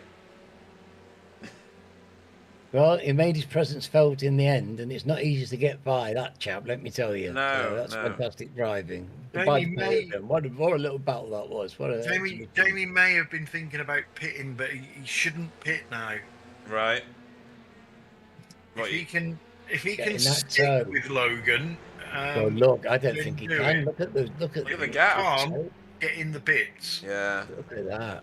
He's already gapped him by over half a second in 2 corners or 3 corners. Very good spring loaded. Look at that. I know. That's some kind of driving, that, like. Is he gonna? Are they both gonna pit this lap? They got to be close to the bubble now, surely. No, they're both gone round again. People coming in. Yeah. Jay Corley, Pete Newman, Carl Hardy. Oh. Oh, so Yeah, that's change at the front. Stephen Walker in the lead at the moment. So no tyres for anybody. Stephen Walker, yeah, has assumed the lead. He's going to be checking off points here for leading laps. So he's going to want to stay out there for 3 at the very least while he's leading the race. He's a master at doing this, and they're getting his foot down and making the most of these situations where he's Yeah. got some clean air. He really is very, very good at it. So you can see, folks, that there's 1, 2, 3, for 5 cars still to offer us a pit stop. I don't know whether Dietmar Hoos needs to pit again because he was in on lap 5. I don't know whether you've got enough fuel to get you to the end if you do that. It used to be lap 6 on 35% fuel. Do you remember, Alan? So Yes. 30% fuel and in on 5. That doesn't seem right somehow. As Jura Larkinen is also in the pits from 20th. He's now in 22nd and dropping. Ben Cullen up 12 places from his start position, but he owes us a pit stop in 8th. He's in this rabble. Can only believe he's being held up somewhat. That's wobbly he did behind the first race as well, didn't he, Ben? It's he did. fire and return. And there's Wobbly on a launch and a send on send. You don't see that very often. Send got sended. Well, Nice move, actually. I hate to say it. Don't like to give Wobbly compliments ever. Wobbly bolts himself to the right-hand side to break the toe, and then he's only allowed that one change of direction. These two have driven together before, folks, so it's not ridiculous. Oh dear. They used to be in the same racing team, didn't they, Clyde? Yeah. For BSTV. Loosely. Oh, hang on. All right, everybody at the front is in. Yeah. And that is everybody at the front. So there's only Sen Cullen still to pit. And he's probably dropped in a bit behind Wobbly so he can get room to pit. But he's got Russell Cowell for company. That's going to put Spencer McCarthy in the lead. Potentially. Although it won't be much for Logan and Jamie to be out of the pits. Oh, So he's look at not going to lead. It's Stephen Walker that's going to lead. And is it? Oh my Oh, God. goodness. Oh my Come God. on. Alan, pass me my blood pressure pills again. Oh. I'll take them all, Pete. Sorry. Yeah. Oh man. That was just too good.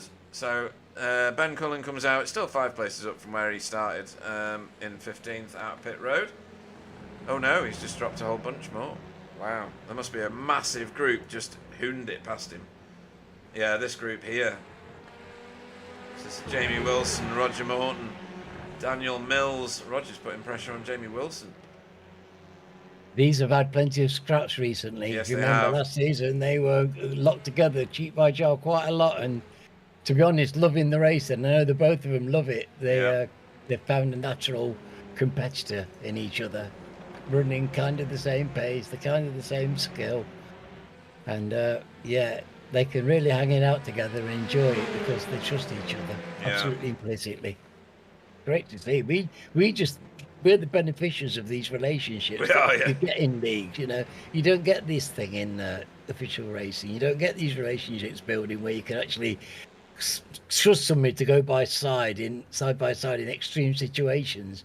You need a league like this to be able to do that. Absolutely. So let's see where everybody's at now, because that's the whole field pitted.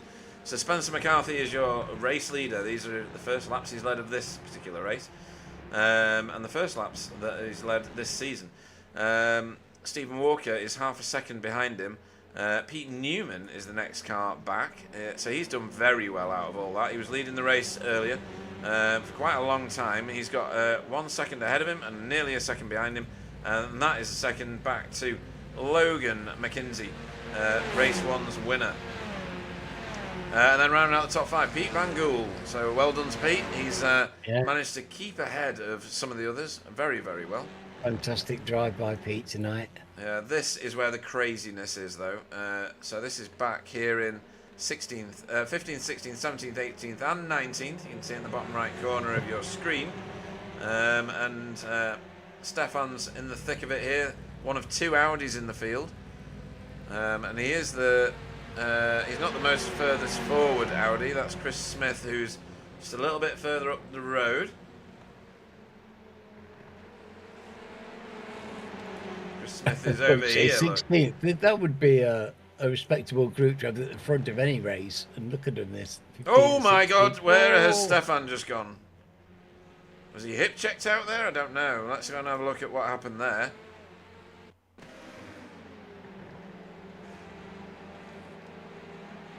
Mark Draper's back from dancing. He's asking what's happened. Everything has happened. Everything. You have to watch the replay. Oh, he got his braking missed his wrong. braking. Yeah. and had to bail out, and he did a great job, to be fair. He did a great job of bailing out. He did. So, Mark Holloway, some words to have later. Mark Draper, top man for that. Logan McKinsey is Sorry, right that was tight. on Pete Newman. Oh, is he? Right, let's have a look at this then. This Thanks, is the Clyde. battle for third at the moment. Yeah, battle for first is still raging. It's a quarter of a second. It's a quarter of a second here as well. That's what it looks like, folks. They're, Yeah, the good thing for Logan is those two battling at the front means this battle with Pete Newman, who another impressive drive. Yeah. I think. Yeah. He can take his time on getting past him because the front two are not pulling away because they got their own battle going on. Yeah, I don't think he is. He's still in with a chance of a double win here somehow. Yeah, he's not waiting. I can assure you, he's straight through on Pete Newman as fast as he could and setting off against after these. I mean, this is healthy, right? So we've got a Veloster leading, we've got a Honda in second, and we've got an Elantra in third. So in terms of balance of performance, it's been like this for a while, hasn't it, Alan? It's been very fair. Yeah. It was a season and a half ago, I think, Pete. They rebalanced the cars, and ever since then, they've been absolutely spot on. Yeah. People have changed cars, but we've seen all the classes represented. All the cars have been represented in good positions, and it's horses for courses so often, isn't it? Yeah. We see a car just excel on a particular track, even the Audi. So let's sort through the furthest forward moving guys in the field. So Spencer McCarthy's up 11 places to get in the lead. Logan is up 12 places. Stephen Walker up 8 places to be in second. 12 places up for Logan to be in third. And then we've got Wayne Douglas, who is up 15 places from his running out of fuel in the first race, finishing It's position. very unfortunate running out of fuel. He's making up for lost time now, He isn't he? is much delayed, but he's doing it. Sam Blease, who was the first car to pit, Clyde, has ended up back here, mired in 9th place, stuck behind Wobbly. Yeah, I just think maybe, I'm not 100% sure because I haven't been watching, but he pitted that early that he was just battered by traffic. Yeah, I think you're right. Lap 6 he pitted, everybody else is in the doubles at least. And drivers will learn from that. Martin Draper needs to get a room just with a single bed, I think, for Logan and himself, because he's saying that Logan's going to win. Logan's got quite a lot to do in 4 minutes if he's going to win. Yeah, I'm not sure he's going to win, No. but he's going to have a fantastic points haul from the first meeting of the season. Yeah. There's a few that are going to get some really good, healthy points. It's going to be interesting seeing who's top of the pile, to be honest, after all of this. And if David Johansson gets on that chat and says, where are the points? Like 30 seconds. There's a bit of a battle here in the background between teammates. These are both the DB Quasi racing cars, side by side, giving each other mega room. But racing it out nonetheless, so nice racing between teammates. That was... Andy. That was no, it wasn't. It was Chris Dix. Oh, it's Chris. Yeah. What is he doing? Oh, his car's absolutely mullered at the front. Oh no, Yeah. Chris, my dear, what's happening to you? He has got no front left on that car at all. Oh, get to the finish. Come on, get that checkered Get to the flag. pits is what he needs to do. How many laps has he got to go? He's got probably 2, maybe 3 laps. Depends on where Spencer is in 3 minutes. How long's a lap? 2 minutes. Right, so we got 2 laps probably. Wobbly's putting pressure or under pressure from Sam Blease. I think that's under pressure. Seeing as he's just dropped that position. That looked like contact. Yeah. Simon Trendle. Back here in 11th, Clyde, up 2 places only from his start. It's not Trendle-esque, is it? No, but my my memory is terrible. Wasn't it not this? Was it this race or the previous race where he had contact with Sam Blease? Thinking. I think it was the previous one. It was the previous one. Right, but it's not that. I think anyway. I don't know. My brain's shot. So Where was he at the start? Because he was in. He finished. Oh, I don't know now. Yeah, I'm not sure. Pete's brain doesn't work on Wednesdays. I thought you had a button. You could press a button. No, sadly I can do. Want to make his brain work? Yeah. Oh no, I don't think He that's definitely needs that button. That's rather optimistic. Yeah. It'll be like Winter Olympics on the Amstrad. Do you remember? I've just been smashing that button to try and make my brain work. Right, what's going on here? Why is Wayne Douglas back in the pits? Because he pitted on lap 7 and I didn't think he'd be able to make it. Sam Is he Blees. stopping or is it a drive-through or something? I think he's going to be... oh, he's back out again already. Oh, it might have been a drive-through. You might be right. Oh, wow. Right, okay, yeah. We'll have to see what happens with that on the points later on. Are we on an incident limit? Yeah, 15 and then you're driving through. And then every 15. But for most of these drivers, they won't want to get any anyway, will they? Because it goes against you points-wise. That's the whole concept, isn't it, that we implemented way back. It could work. Yeah. I can't Oh! see. Oh! This is going to get very close. Stephen Walker is trying to mate with the back of that Veloster. And this is it, Clyde. This is the end of the race, I think. We're coming to the flag. That's how we've noticed the flag. I may have actually done a normal here. Yeah, there we go. Flashing lights from... Come on. Oh, maybe we're going again. No, we're not. We can't do. Checkered flag. So Spencer McCarthy takes the flag on the feature race. Our champion. Yeah, reigning champion. Stephen Walker. That's, very fitting. Very fitting indeed. Very. And closely chased by our new super competitor. Very, very We have super. lost Miguel, but we seem to have found a very appropriate replacement here. Somebody who's absolutely greased lightning. And a thinker as well. Fantastic. Still some real close battles going on. That was one of them. So that was Daniel Mills beating Jamie Wilson to the line by no seconds whatsoever. No seconds. 0.14 of a second that was. 0.22 between Ben Cullen and Stefan there. Over the line. Arno, is that Arno continued his good form? Well, David Ayres is still coming over the line here behind Jason Haddington. And only just flashing his lights as he goes. Arno, where did Arno finish? Arno finished in 20th, but the lead AM class driver, I'm not allowed to say it AM. Jamie Wilson has a twitch every time I say AM. Yes, AM class. Yeah. So, did he win the AM class as well again? He did, yeah. Second time tonight. Oh, 100% success. that's pretty impressive because that's fiercely contested down there. It is, yeah. And is that everybody over? Andy Littler, where are you? Oh, he's... Yeah. He was just getting over the line as they passed. No, he's still finishing. Yeah, he just crossed the line, the start-finish line, just before Ah, I see. Spencer crossed the line to finish the race. Well, he's got his mileage. So over the line So with he's Andy kept Littler. it on the lead lap. Yeah. And is he the furthest forward? He is, you know. He's the highest placed work guard car.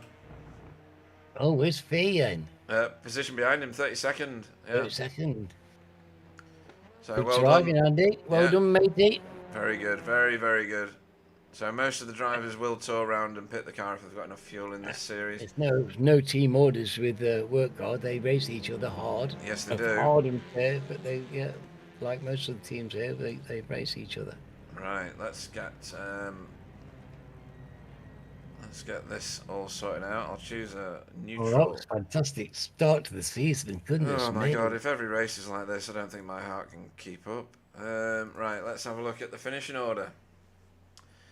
So, Spencer McCarthy takes home the glory for the feature race tonight for Hydro Race Geodesic Racing, with Stephen Walker on the second step of the podium for Spectre 6, and Logan McKinsey finished third for Sim Racing Grid. I think he will be the lead car, given the fact that he won that one, won the first one and third in that one, Clyde. I don't see anybody else performing to that kind of consistency. Pete Newman finished in 4th place for Result X Pure Sims Esports, ahead of both his teammates, Pete Van Gool, who was the top placed AM class driver, and Jay Corley, who finished 6th for Result X Pure Sims Esports. Jamie Jeffrey finished in 7th place for Coupes and Convertibles Racing, with Sam Blees behind him in 8th place for Hydro Race Geodesic, and Wobbly in 9th for BSTV Pink. Second in class and 10th overall was Russell Cowell for Spectre 6, with Simon Trendle in 11th for Team Chimera. I'm surprised by that, Clyde, are you? But maybe he's not been in the car enough yet or something like that. Yeah. And Carl Hardy in third in class, 12th on track for Safeguard, with Martin Shirley in 13th for RD Simsports ahead of his teammate Christopher Smith.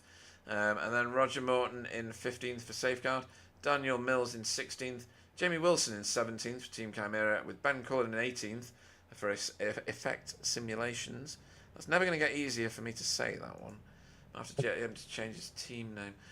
Stefan Goebel finished in 19th for VTS Esports, ahead of the lead AM class driver of Arnaud Chenonnier for Air Smart Racing, and second in class for AM Matt Flannery in 21st for Hydro Race Geodesic Racing, with Dietmar Hoos in 22nd for Cutting Corny TCR team, and Wayne Douglas in 23rd.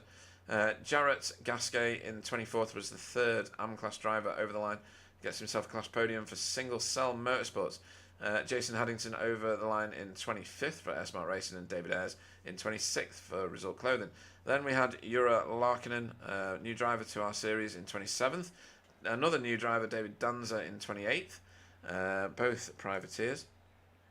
Just pressed the wrong button. Sorry. Where was that? David Danza. Right, 29th was Boyd. Yeah, cheers. Boyd Dreesen finished in 29th for DB Quasi Racing ahead of his own teammate Dave Campbell. And then 31st was Andy Littler, the lead work guard driver, I should say, ahead of his teammates Fiona Siddons in 32nd and Chris Dixon in 33rd. And then JB inexplicably pulled over and quit for 34th place, 11 laps down. And Rene Earhart was classified in 35th, 16 laps down. Yeah, just to confirm, Wayne Douglas was a drive-through. It was, right, okay, thank you for that. Was the only one. Right, okay, well, you'll have to see how many points he's managed to accrue or lose by the end of it. So, right, let's get us back to somewhere towards the start. I'm just enjoying my first taste of this season's Scotch. Cheers, yeah, Peter. Absolutely. Very nice. That was a single malt race, if ever there was one. Let me tell you. Oh yeah, definitely. That was an excellent race. Right, let's find this car, and we'll find a decent camera. This one, and then we'll go to some interviews. So, I'm here for all that. JB. Right, okay, I'm not going to mention that. Right, let's. Logan McKinsey. Yeah. Oh, he's got a cat as a picture. I've got to interview him. That's just too good. So into the booth, the most successful driver of tonight, at least, Logan McKinsey. Good evening. Good evening, guys. Yeah. Good evening. So welcome to BSTV. Welcome to probably continued winning ways. Looking at your dizzyingly high I rating, and first race, flag to flag victory. Lots and lots of points that you hauled in there. Talk us through your first race before we talk about the second one. Yeah, the first race was really interesting because I ran an open official a couple hours before, and Sam was there too, and it was basically the same thing, 1-2. But I dropped him by like 7 seconds in that race, so he figured stuff out, came back, and he had me on edge that entire race. It was a real balance between trying to make sure I didn't overwork the tires, just in case he found something and closed up to me. Right. Okay. It was good fun. It was exciting to watch. Ever slightly further back from where you were, he kept you honest for quite a long time, really, didn't he, Sam Blees? He was only about half a second to a second. It did yo-yo up and down quite a lot, but he did keep you honest for most of it. And then at the end there, you found yourself a little extra and pushed on and got the victory. So Congratulations for that. You're clearly a very capable and talented driver. What attracted you to BSTV's league this season? Oh well, I've raced with a lot of these guys in officials over the last season. My schedule allows for me to kind of jump into these British splits a bit. All right. So I figured why not try and get in here and see just how well I stack up when people are taking it really serious or in that league environment, because it's kind of a different mindset. It's a very Yes. different mindset. You couldn't be more correct. Yeah. What were you going to say, Alan? That's really interesting. It's interesting to me that our drivers are going out there and doing officials for practicing and really doing well. And of course, getting attention. And I think that's wonderful. It's wonderful to welcome new drivers. And Logan is just the kind of driver we want to see on our grid. Fantastic. Yeah, and Sim Racing Grid are going to put forward quite a profile because I can see David Johansson's there busy plugging for a third driver for your team. And he is himself very, very fast. So I think that's a good offering from Sim Racing Grid this season. And then race 2. Obviously, your punishment for being too good in the first race was starting in 15th in the second. And then made your way... Clyde, you described it best, so I think you should repeat yourself. Oh, is he still here? No, Clyde's gone, right? He's probably eating cake. Well, he's usually stuffing his face with something. Right, so yeah, he's had to go. Clyde was saying that you demonstrated a high level of racing maturity. Not trying to absolutely annihilate the field and get to the front by using elbows and everything else that's an appendage. You very calculatedly did a bit of fuel saving from what we could see. Stealthed your way through the field and then pitted the car. Popped out in 4th place, I think, and then made your way into 3rd. And then just a bit too much distance between yourself and Stephen and Spencer.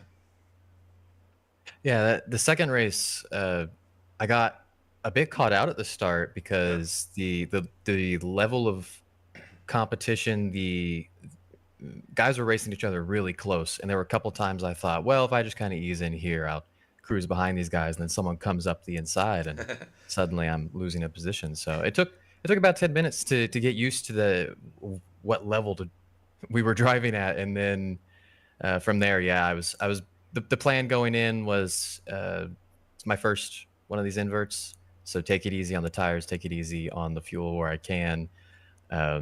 Really, the only, I think, big mistake I made was, it's not even really a mistake, but I was trying to get by Jamie right before the pit cycle, and we went side by side for like half a lap. And that cost us both over a second, and I was a little over a second off the leaders at the end. So, it's the what ifs, but I'll take a win and a podium every day. Yeah. I mean, you've got some real class drivers. Some of these guys don't race officials at all. They only race in leagues, and some of them only race in BSTV leagues. But the pedigree that you end up gaining from league racing is quite high. It's not like officials. Officials, it's a smash and grab really for points a lot of the time, isn't it? Or for I rating, I should say. Whereas in league racing, you've got to return to these same guys. It's a community of racers who will tell each other when they think they're out of line. Do watch the broadcast back if you get the opportunity to, Logan, because there's some key points of sportsmanship that are on display, and it's something that we pride ourselves on in BSTV. And you seem to fit in very, very well. Any shout-outs you want to make before we let you go and start practicing for wherever the hell it is that we're going next? It's Navarra, I think, the speed circuit. Oh. I don't think many people will have driven it at all. It's brand new and it's free, which is a great champion's choice from Spencer McCarthy, the current reigning champion for this series. But yeah, anybody you want to shout out to, Logan, before we let you go? Yeah, I'll give the usual shout out to my girlfriend Jasmine. She'll, I'm sure, see this back on the broadcast. And a shout out to Sam. He whipped up a really great, rough draft of it's not even really a rough draft. I mean, I just want to race on it. But the setup I was using today, Sam provided that for everyone at the start of the week, and it's worked beautifully. So shout out to him, and shout out to Jay for growing the community so much. I probably wouldn't be here if it wasn't for people like Jay and Sam. So. Right. Okay. Well, we owe them a boon then, don't we, Alan? Yes, indeed. And yeah, that's great. And it's just the kind of league it is. People will offer a helping hand.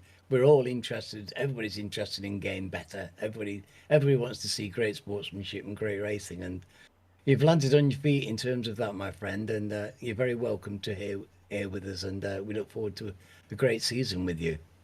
Yeah, and we thank Jasmine for letting you race. Because let's face it, that's what's happening.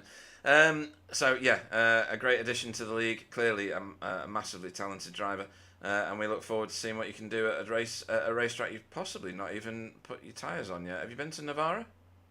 I have not. I'm looking forward to it. It should be good then. It might be the great leveler, and you know, giving some of the guys slightly further back in the field the opportunity to race with you.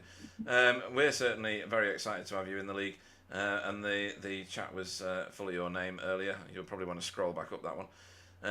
And we'll see you next time out, hopefully. Logan McKinsey, everybody. Yeah, very well done. Very well done, mate. Yeah. Right. Next. Nice young man. Yeah, very nice. He can come back. He's like an American Miguel, you know. Miguel leaves and Logan arrives. It's like an American version. We like gracious people. We do. Speaking of which, welcome to the booth, Spencer McCarthy. Yay! Good evening. Sorry, got your moniker wrong. Reigning champion, Spencer McCarthy. Yay! So you've got the number 1 board, and pardon? I have, yes. I tweaked the livery a little bit as well. I don't know if you saw the livery was a little bit tweaked. I'm zoomed in on it. What am I looking for? Oh, maybe you haven't loaded the livery, and in which case I'm going to have to. I'm not. I could see the little Union Jack. Yeah. Oh, that was there last season. I'm not an expert on your livery, though. Have you got? Is it green flashes on the bottom sideboards? Yes. No. Oh. No, that's good. Well, So that is the right one. Oh, okay. So look at the roof. Oh, we can't see the roof. Hang on just a minute. Can't see it. Let me go on come to on. Chopper.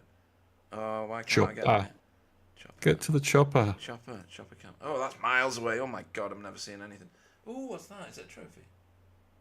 What is that? I'm gonna have to get a decent camera on that at some point. You are. Yeah, I'll figure that out for next time. Leave us to guess. What is that? There we go. It's going past us. It's a trophy. Okay. I'm not a child. You are. Right. Okay. So we figured that bit out now. Thank you for that. Beautiful. Shouldn't really take someone to breadcrumb the way to the paint on a roof, should it? Rusted Nice this, you one, know, with Spencer. the we're racing thing that he puts on his roof. But anyway, first race. What did you do in the first race? That race was mega. It It was was mental, really wasn't fun. It was a bit crackers.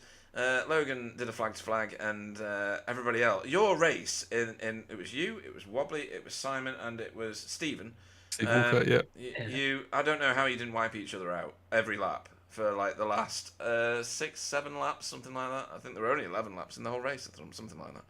Yeah, I kind of didn't qualify great. I haven't sorted out qualifying yet, and I think there's a trick to the setup for qualifying. I haven't really got there yet. I just took some fuel out of it and then just went out. I think I could have improved, but I missed that lap. It was a bit of a knife edge. Mm-hmm. But yeah, it set me where I was, and as the race started, I was a bit, where am I going to end up? What's going on here? And I think I had a good battle with Pete Newman. Had a bit of a dive going into the one before Hamilton. Can't remember. Agostini. Agostini. No. Yeah. Left-hander. Yeah, left-hander. And then we kind of hooked up a little bit. I think we kind that was of weird. touched about corner, and then we kind of went forward like straight a bit, and then I lost the position to Simon again. So had to kind of work up to Simon. But by that point, just that little incident kind of drops you sort of 2 seconds, and it seems to take a long time to get back because you don't want to overdrive the car. You don't want to push the car too hard because of the tyres. Yeah. So you kind of, it did feel tonight like everyone was just taking their time more. I don't know whether that was up and down the grid everywhere, but it took longer, it felt like, even in the second race, to get to the front guys. It's like people weren't pushing that hard to do it because of the tyres, maybe. Maybe. So it kind of, sort of drew it out to a longer race. I don't know whether Logan kind of had it down in the fact that there's quite a lot of heavy talent in not just in the front. What is it? 6 cars. So It used to be 6, then it turned into 10, then it now turned it's into 16. Yeah, and I think there's the density of A, high I rated drivers, and B, those that don't have a high I rating, like Jamie Jeffrey, for instance, massively talented in league races. I think there's a very concentrated amount of skill in this particular season. Yes, it's a bigger field, but I think there's some real talent in the top end of it. I think that might be also why you've... Because Logan said it as well. He said it wasn't a race where I could get straight the way to the front. I think that's playing in, and I think it's going to make for a really good dynamic this season. I think so. I think so. Let's see how it pans out. The desperation, but you can't afford to be too desperate because you just kill the car so quickly. But I think once we get a bit more used to the tyres and how they react to different temperatures and stuff, we'll kind of, things will maybe settle as the races go on. But I think it was a good result in the end though for race 1. I mean, coming was it 7th, finished 4th, or 8th, finished 4th, I think. I'm not sure where he started, around about there, yeah. That would do me. I mean, that was a good and to have that battle. I mean, you can't normally overtake the likes of Wobbly or the likes of Steve Walker or even Simon Trendle, right? I mean, I know Simon's getting back into it now, and he'll be bang on the pace, I'm sure, next time round a bit more. He's still learning the car a bit, but he was right there, but being cautious. So Simon was definitely kind of trying to give everyone room more and stuff, and until he gets kind of used to it a bit more, and then he can kind of get his nose in there. But even like battling Wobbly like that, you know how canny he is, how hard he would be to get past normally. But because he was then having to overdrive the car a bit, he was then heating his tyres out, which then means you have a chance. Yeah. It's almost like the more you fight, the easier it is to then get side by side or have a battle. Right. Actually, I think these tyres are really going to kind of play into the hands of battling and having good battles up and down the grid. So really interesting, isn't it? Yeah, it is. It's fascinating. No I think the tyres are going to be a meaningful part of the season as well. I think it's going they're going to start taking a meaningful part. It's interesting to hear you say that. It might settle. It might, once everyone gets a hand on the setups, it might settle because the race ones of the last couple of seasons have been pretty much processional, isn't it? Whoever qualified first generally won, or second, third, fourth, and you just set in a line most of the time, or a lot of times, the top sort of 6 or 8. Whereas this was, we had a really good battle there, like, multiple 2 wides for like lots of the lap. Stephen was doing it with Wobbly, then I was doing it with Wobbly.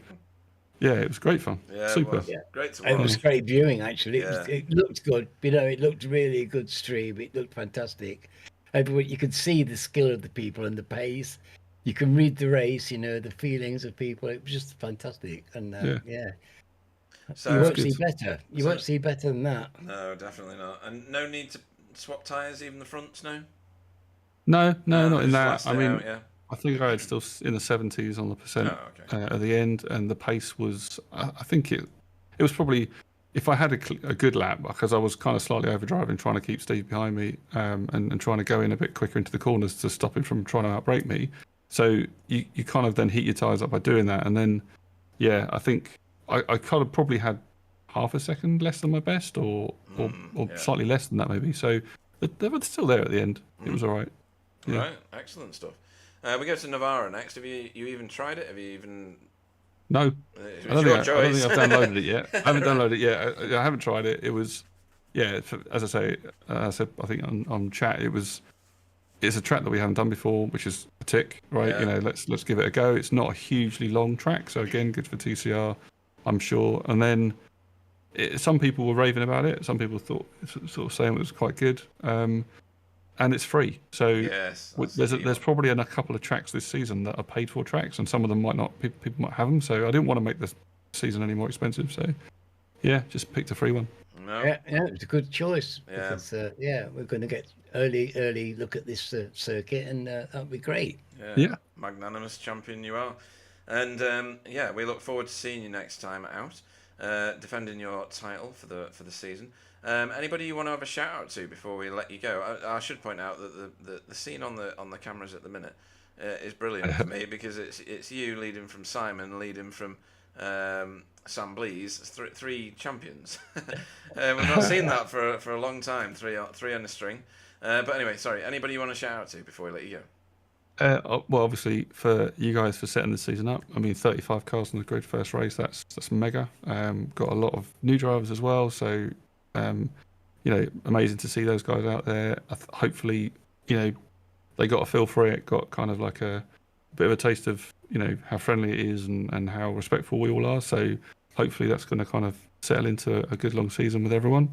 I don't think I didn't hear of any issues so much. So that's a bonus. And then obviously Sam, great teammate. We sort of communicated well during the race. So let us know what was going on behind him. He made a couple of mistakes, but we're not battling each other at the moment. It doesn't seem, which is good. I think we're just focusing on learning this new car, learning what the new tyres, learning how we're going to get on with this season. So yeah, no, it's great. And I'm we're both champions now, so it's what we're fighting for. It's good. Yeah. We can just Absolutely. go forward together. Yeah. So all good. Awesome stuff. In that case, we'll let you go and start having a look at Navara. Download it at the very least.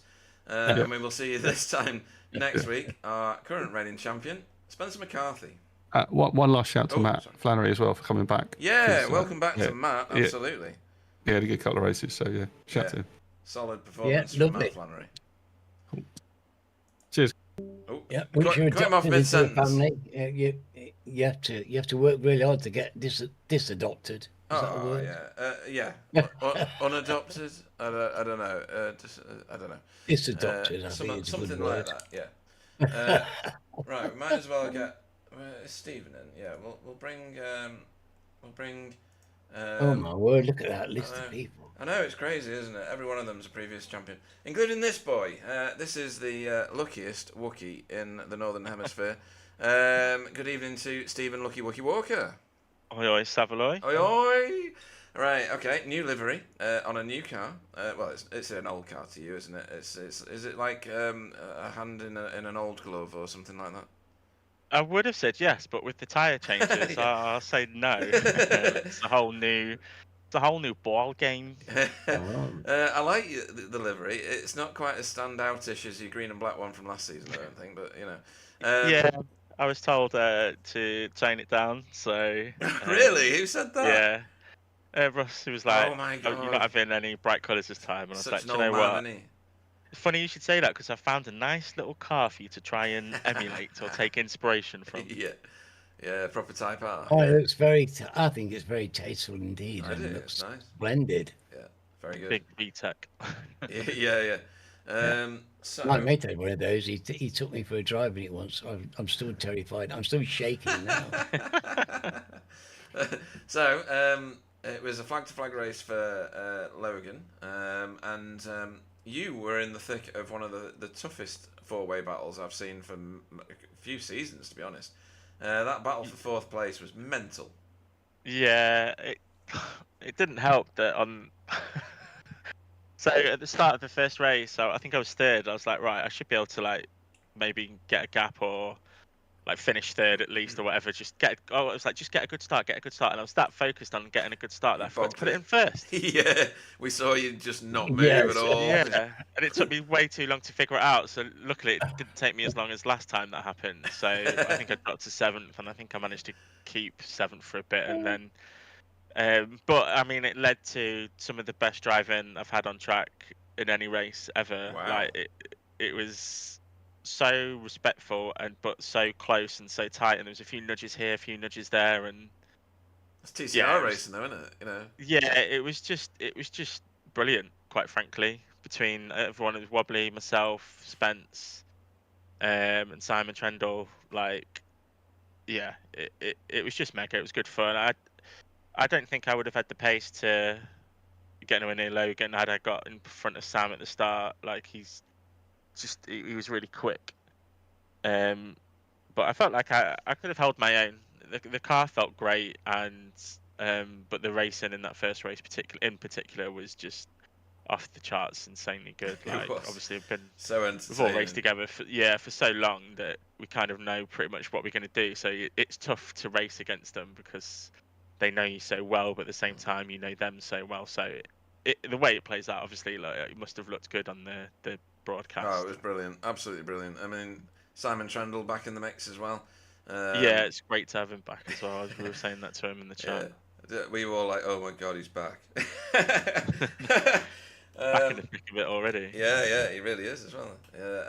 I mean, he's been away from it for a long time, so It's only going to get better. He is, yeah. He's going to get familiar and fast very quickly, I'm sure. But you're already fast, so it doesn't matter. And you must have been drinking some sort of lucky juice in order to get your car into second place for the second race. And you were putting plenty of pressure on Spencer right at the end there. That was getting a bit hairy at one point. Yeah, the race went well. I managed to make a few positions at the start. I just want to apologise to Carl if you thought the move I put on him was a bit too rough.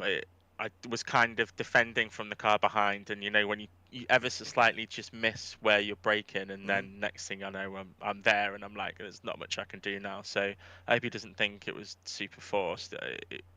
I don't feel like it would have been, but I probably would have been a little bit annoyed if it was the other way around, if you know what I mean. Right, So, okay. We were watching that, and it didn't look out of place. Okay, good. Well, yeah, I'll have a look at it. I haven't watched it back yet. Right. It was just what stuck in my head from my car view anyway. Yeah. And yeah, I think I did a really good move on Jay. Like, it took me like 3 laps to set it up. It's so tough to overtake around here, and obviously everyone's quite on a similar pace. So took me so long to set it up, and then I think 2 laps later I got a slowdown, and I had to then drop back 3 places.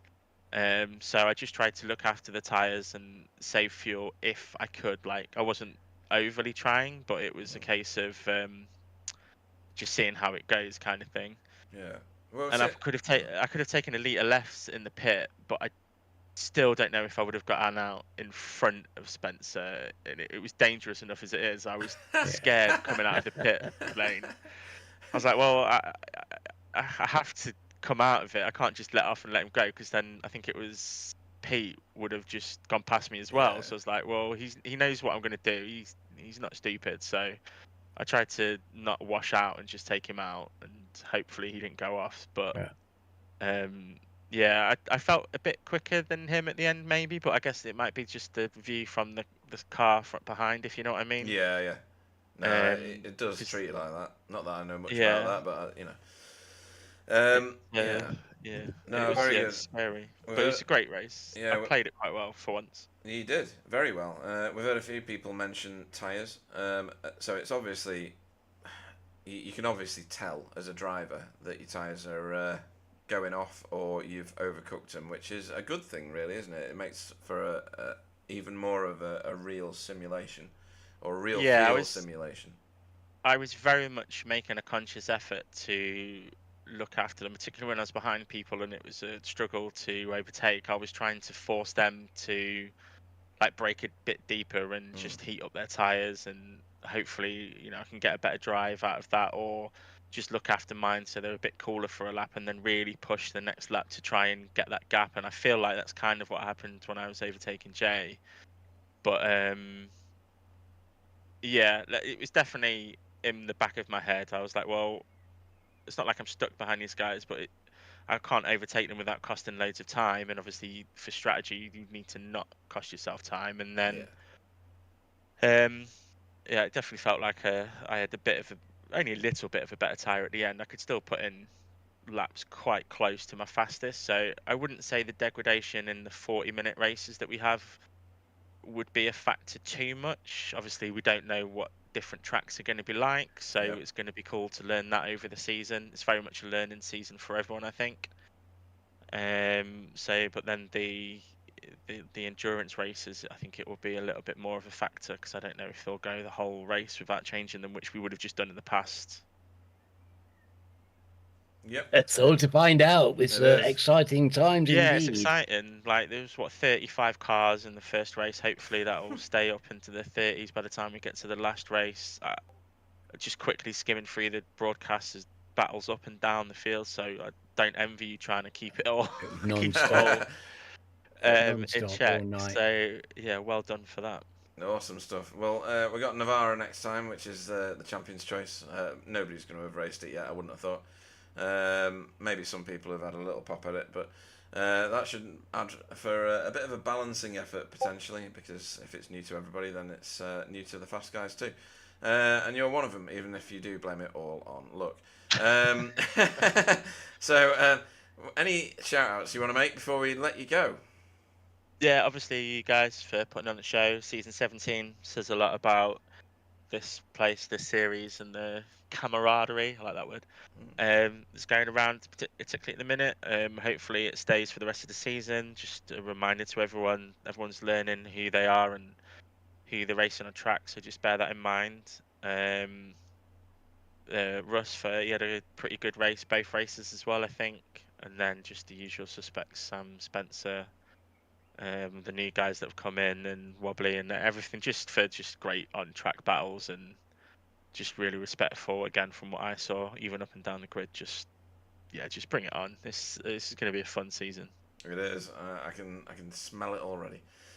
In that case, we will let you go and start your practice for Navarra, and we will look forward to seeing you racing next week. Stephen Walker, everybody. Cheers, guys. Stephen. Well done, matey. Gracias. He's a funny boy.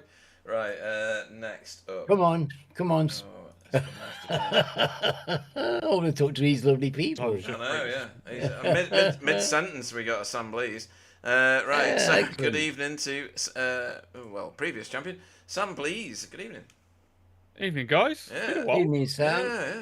Yeah. It's Elantra time then. So you've changed your car to the Elantra, is that right? I have indeed. Yeah. Yeah. How Back where I belong. Well, really? Is it one of them? Is it a Oh, it's comfortable a car shoe? Is it a slipper? Yeah, it's like coming home, mate. I can drive this car. Oh dear, funny stuff. Right, let's see what you did in the first race because it was pretty good. Second place. You pressured Logan pretty much the entire race. There was a point where he did manage to give you a little bit of an extra gap. But you and he and Jamie Jeffrey, you just gapped everybody by about 8 seconds or something by the end of it, maybe more. He's quick, isn't he, that Logan kid? And so is Jamie Jeffrey on this track. That was exceptional. Yeah, they're both very good drivers. And yeah, Logan, I was pleased to keep up with him, to be honest. I did an official earlier, and I've been playing around with setups, and I couldn't get close to him. I just could not touch him. And then he had much better tyre wear and everything than me. So, but annoyingly, he was on a setup I gave him yesterday. He said, Yeah. How annoying is that? How Gave you annoying is that? for it. Yeah. On the next one you give him, let the tyres down, won't you? Yeah, absolutely. Yeah. So I was pleased to be able to match him. I felt like maybe the last lap I might have had last couple of laps I might have had a tenth or two, which was encouraging for me going into the longer race. That I thought maybe my tyres were wearing better. Yeah. And although the result doesn't show it, I do think at the end of the second race, me and him were the fastest cars. Okay. I could still do 58s. He was still doing 58s, but everyone else was like 59.3, 59.5. So yeah. I didn't get the strategy right, but I do think the car felt really good. And I think if it was on pure pace, like 40 lap or 20 lap old tyres or whatever, I think me and Logan would have been there. So yeah, I felt like the pace was there. I felt really good in the car. I didn't quite get the strategy right, but race one went well. And how good is it to have, 35 cars on the grid? And I don't know, how good was it? Love it. We were watching It was amazing. It was great for us. Yeah. It was amazing. Yeah, it's just great to see so many new guys coming in, and it's great to see just good racing up and down the field. I was expecting carnage, frankly. There's always a bit of carnage. It's new tyres that no one's used to, new setup sort of meta that everyone's getting to learn and figuring out how to do stuff, and new format, loads of new drivers, and just really clean fair racing. Yeah. It was it's astonishingly brilliant, isn't it? I'm thinking it's great about to it. see. How many new cars we've had, how many new drivers we've had join Sam, and the behaviour and the way that people have clicked in has been tremendous. Yeah, Really tremendous. it's been so good to see, and yeah, long way to continue. It's great. I think the TCR class as a whole, with the new tyres, is going to see a big resurgence. We've seen lots of participation in the officials. We've seen loads and loads of people in the TCR community Discord and stuff, which is excellent to see. So yeah, it could only be great news for BSTV and the future of the league. And we had a really strong season last season, and it's just getting better by the looks of things. So Yeah, magic. Yeah. It's magic. It was a magic watch, Sam. Honestly, it was thrilling viewing. It really was. I can imagine. Yeah, no, it was good stuff to be involved in, and yeah. And the tyres are so much better than they were last season. Oh, that's fantastic. Well, I'm it's gonna good to take hear. the Elantra out and have a go in it. Yeah, Yeah. absolutely. Do. It looks like a lot of fun, I must Yeah. say. we'll have a rotor for commentary, and you can jump in and do some racing. Nobody needs me to be in a race if I'm rotating through. That's for certain. I didn't mean you, mate. I meant Sir Alan. Yeah, I'll just prepare the oranges for half time, shall I? Okay, in that case, we will probably see you. In fact, we'll almost definitely see you at Navarra next time, because that's Spencer's Champions Choice track. I don't suppose you've driven anything of it yet, have you? No, I haven't, I'm afraid. So Yeah. I have no idea what to expect. Oh, well, that's I've the best driven way to Aragon, which is also in Spain. yeah. Yeah, yes. So maybe it's similar, but Yeah. no, I'm not sure. I don't think it works that way, but never mind. Does it not? No. So yeah, great racing. As always, you missed out in the first race, in my opinion, from racing in that battle that was two cars behind you, because that was a bit insane. It looked great fun, to be honest, but It did. I'll take the points though. Oh I'll take the yeah. points. True Racer says I will take the points. And we will look forward to seeing you next time. Anybody you want to shout out to particularly? I want to reiterate, amazing job to all the newcomers. Obviously, Logan, on debut, taking a win and a third, I think. Yeah. Well, yeah, so amazing. He's probably going to lead the championship, so that's great. But everyone came out, did a good job, got involved. It's been really good atmosphere in game chats. That's great to see, and in the Discord as well. And yeah, let's hear to more of the same for the next 11 weeks. And to you two for making it possible, putting on the broadcast. And yeah, just doing all our organisation and keeping us here, giving us somewhere to race. So thank you very much. No, excellent stuff. I've got one more question for you. Does it feel like you've gone from a situation of, oh, Miguel's not here, brilliant, so oh my God, Logan's here. I mean, to be honest, my preferred situation would be Logan and Miguel are here. Yeah, well, true. The more the merrier. That'd be great, wouldn't it? Yeah. Next season. Next season, yeah. But no. I've chatted with Logan a fair bit. We've raced before, so I knew he was amazingly quick coming in. So you know what you're going to get, and it's just a case of he did a better job tonight in qualified. I don't think there was much to choose between us on race pace. Not at all. But he got the strategy right. He got the quali right. He deserved the points he's taken today, and hopefully next time out it goes the other way, and I can take a few points off him. But we'll see. And I mean, not just him, off everyone. You know, the top 10, 12 can win races now. Used to be, exactly. I think it's about top 16 now, Sam, that you're looking for race winners in. You know. Yeah, absolutely. And even front of the pro-am class. Front of the pro-am class could be winning races on their day with the right combination of circumstances and setup and stuff. So yeah, it's early days, but it seems more competitive than it's ever been, and that can only be a good thing. Awesome stuff. Well, we will look forward to seeing you racing next week, and it's going to be an interesting one for sure. Sam, please, everybody. Cheers, guys. Thank you very much. Sam. Night. Right, next up, we're going to bring in. He's still in session, so I don't know whether he's going to be mid-conversation, but good evening to Jay Corley. Hey, guys. How are you? Hey, here he is. Yeah, right. Right, so you're going to have to explain qualifying to me, or does someone need to explain it to you? Because this is like the second or third time that you've not qualified the car. Where are you on track? Just give me a minute. Where the hell are you? There.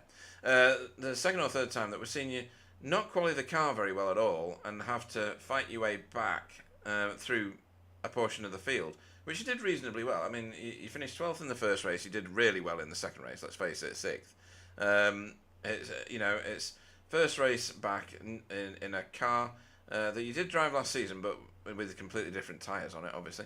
So is qualifying an issue? Is it seat time? It can't be, because you do those fantastic videos for everybody showing how to drive these tracks, which we plug mercilessly throughout the broadcast. Thank you. Oh no, it's a mutual existence situation, isn't it, for you as a streamer and as a talented driver, and us as a community and a broadcasting company. That's how it works. But yeah, qualifying, is that an issue? This is a strange track for me, and I'll be completely honest. I feel a lot more comfortable in a fixed setup around this course than obviously with the new iRacing setups coming in and the new parameters they've got for like tire camber and stuff. A lot of the setup shops are struggling a little bit, as well as some of the other guys who are in this session trying to get setups at work. But because I do a lot of my track guides with fixed setups, I've found that just to be a little bit more comfortable. So when I come into tonight with a non-fixed setup, I just really struggle to get along with it, and I think that kind of showed all throughout the night. And in the end, I just had to play to my strengths and take one for the team, really. Right. Okay. No, that makes sense. I mean, in the first race, even the top end of the Pro-Am class is strong racing, isn't it? It's just eye-watering. You know, I'm busy trying to classify everybody into Pro-Am, and I'm looking and I'm thinking, what do you do with someone with 3,200 I rating? Do you put him in Pro? Do you put him in Pro-Am? What do you do? What have you got anyway? You got something dizzying, haven't you? 4,495. Only that. Only that. I mean, good grief. If we put ours together and double it, Alan, do we get anywhere close? I don't think I've we do. got 495. Excellent. Right, we'll quadruple it then. Double it and give it to the next person. Yeah, absolutely. Yeah. You're an extraordinarily talented driver and a fantastic bloke, and you do so much for all races. It's not just for any communities like BSTV. Yeah. It's exceptional. And yeah, hopefully you had a fantastic race night, because we saw you racing pretty much all night with PVG. Yeah, but so me and PVG, we had a little bit of a discussion during the practice, and as Heat 1 sort of came to a close in qualifying, I realised out of my team, I was actually probably the slowest one there. So, like I said, I just tried to play to my strengths, tried to defend within reason as much as I could, and I was just on the mic to PVG every now and just like, stop messing up, get cleaner, get right. Through that way, do it that way. I'm trying my hardest. I have wobbly on my tail. It was just, it's probably an entertaining stream if you watch it back. But PVG, man, he stresses me out. I've never had to work so hard in my life, but I'm so happy for him in the feature that he got that top 5. Yeah. He'll play it down, but he deserved that, and I'm so glad that he managed to get that result today. So that in itself is pretty much a win for me. Yeah, he did extremely well. That's very nicely said.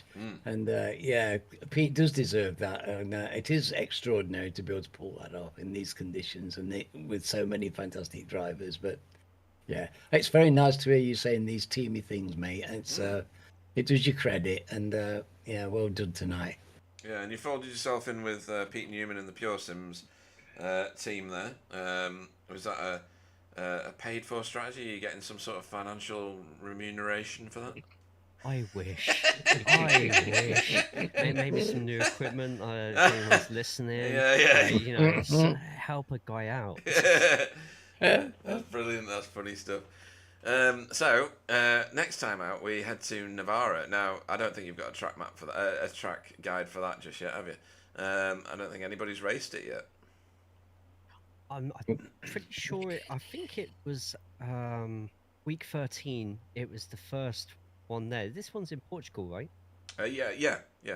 Yeah. So when iRacing announced that they had the week 13, I'm pretty sure this was the first track, and it was chaos. It was absolute chaos. No one knew how to drive it. I didn't know how to drive it. But if you think of like Portimao and tracks along that sort of direction, you're going to get a lot of people learning this very quick. It's going to be a must-watch race next week for you lot in the booth. Oh, cool. Sounds exciting. Yeah. Well, I might turn up for that. We have to watch it because we're in here. Well, is that right? Watched it. Is that the rules? Is it? I've got to turn up. Right. Okay. Seems like a job now. In me shorts. Yeah, it's better than the dress I was wearing a few seasons ago. You'll have to go and find that broadcast. It was quite funny.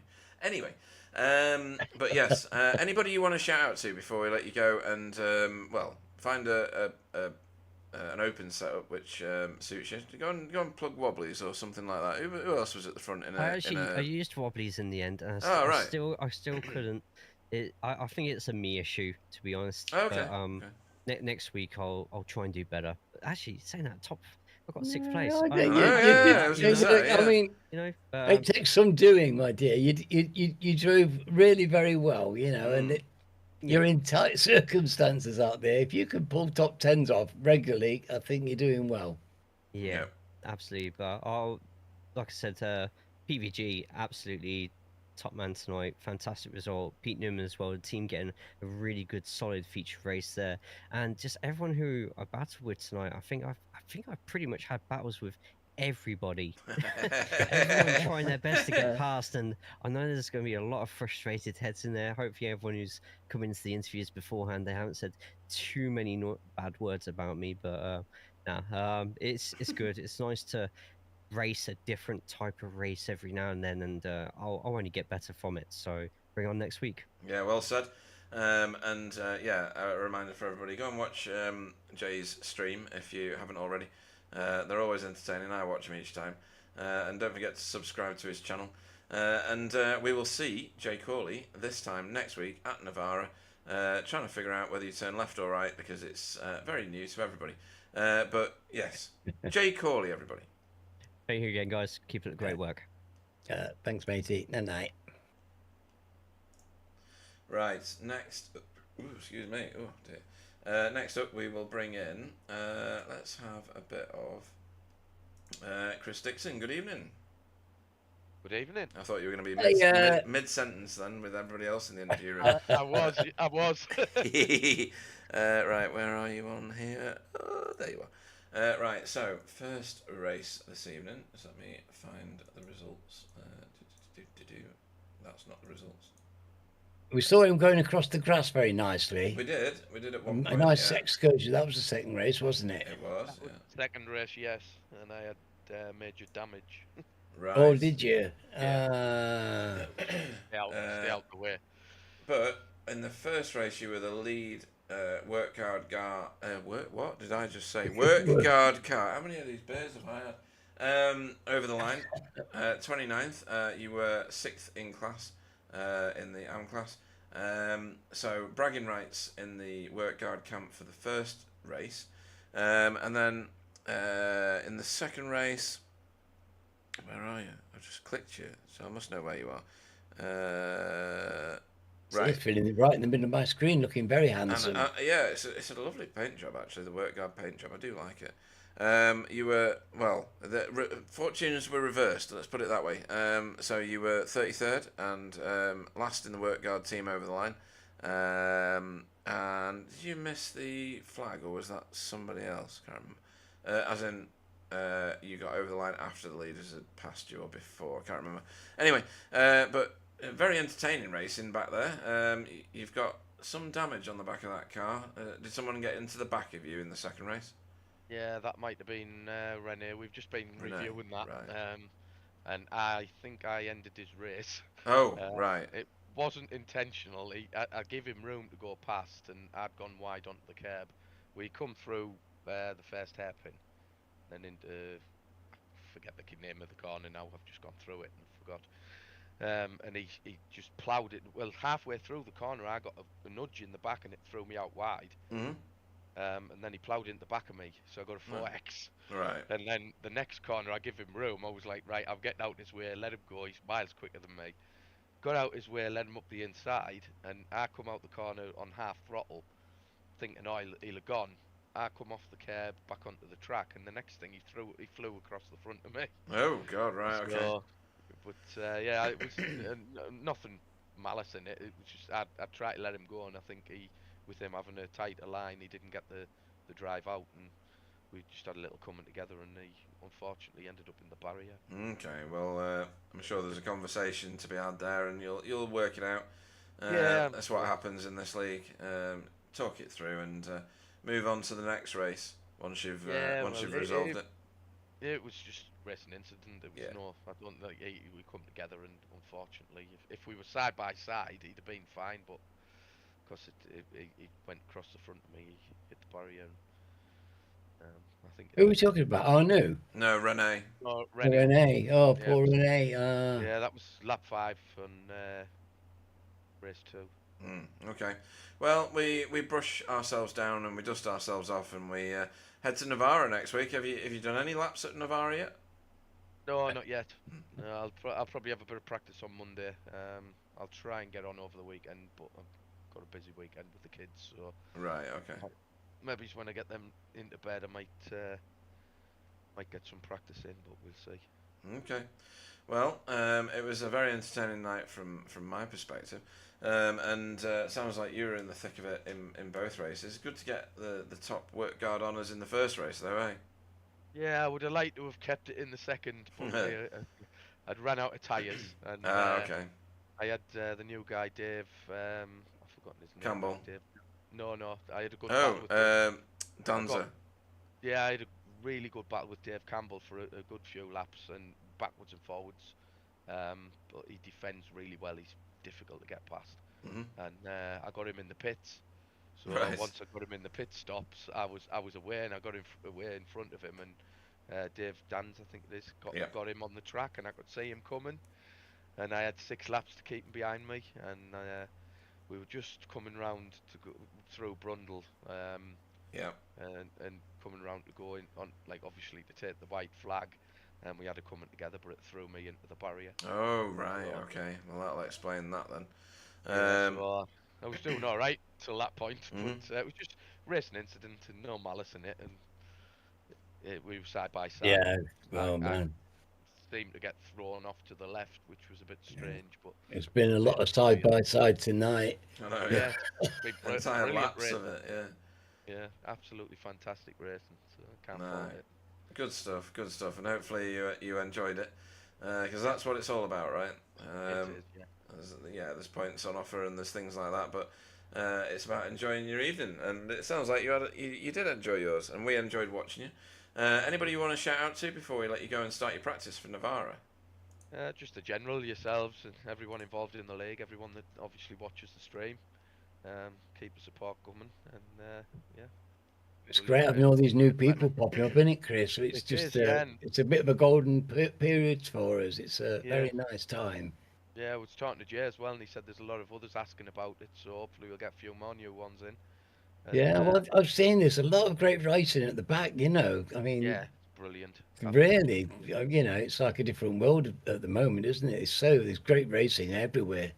Yeah, there's always somebody to race with no matter whether you're in the AMs, the Pro-Ams, or the Pros. And sort of learn to get out the way of the Pros, let them go and try and follow them, which I did with Sam in the second race, because he took an early pit stop, and I tried to jump on the back of him and pound him, battling, and it was good. Right, well, it's nothing. You can learn so much from trying to keep up with these guys and seeing what they do, clock what they do. There's always something to learn, isn't there?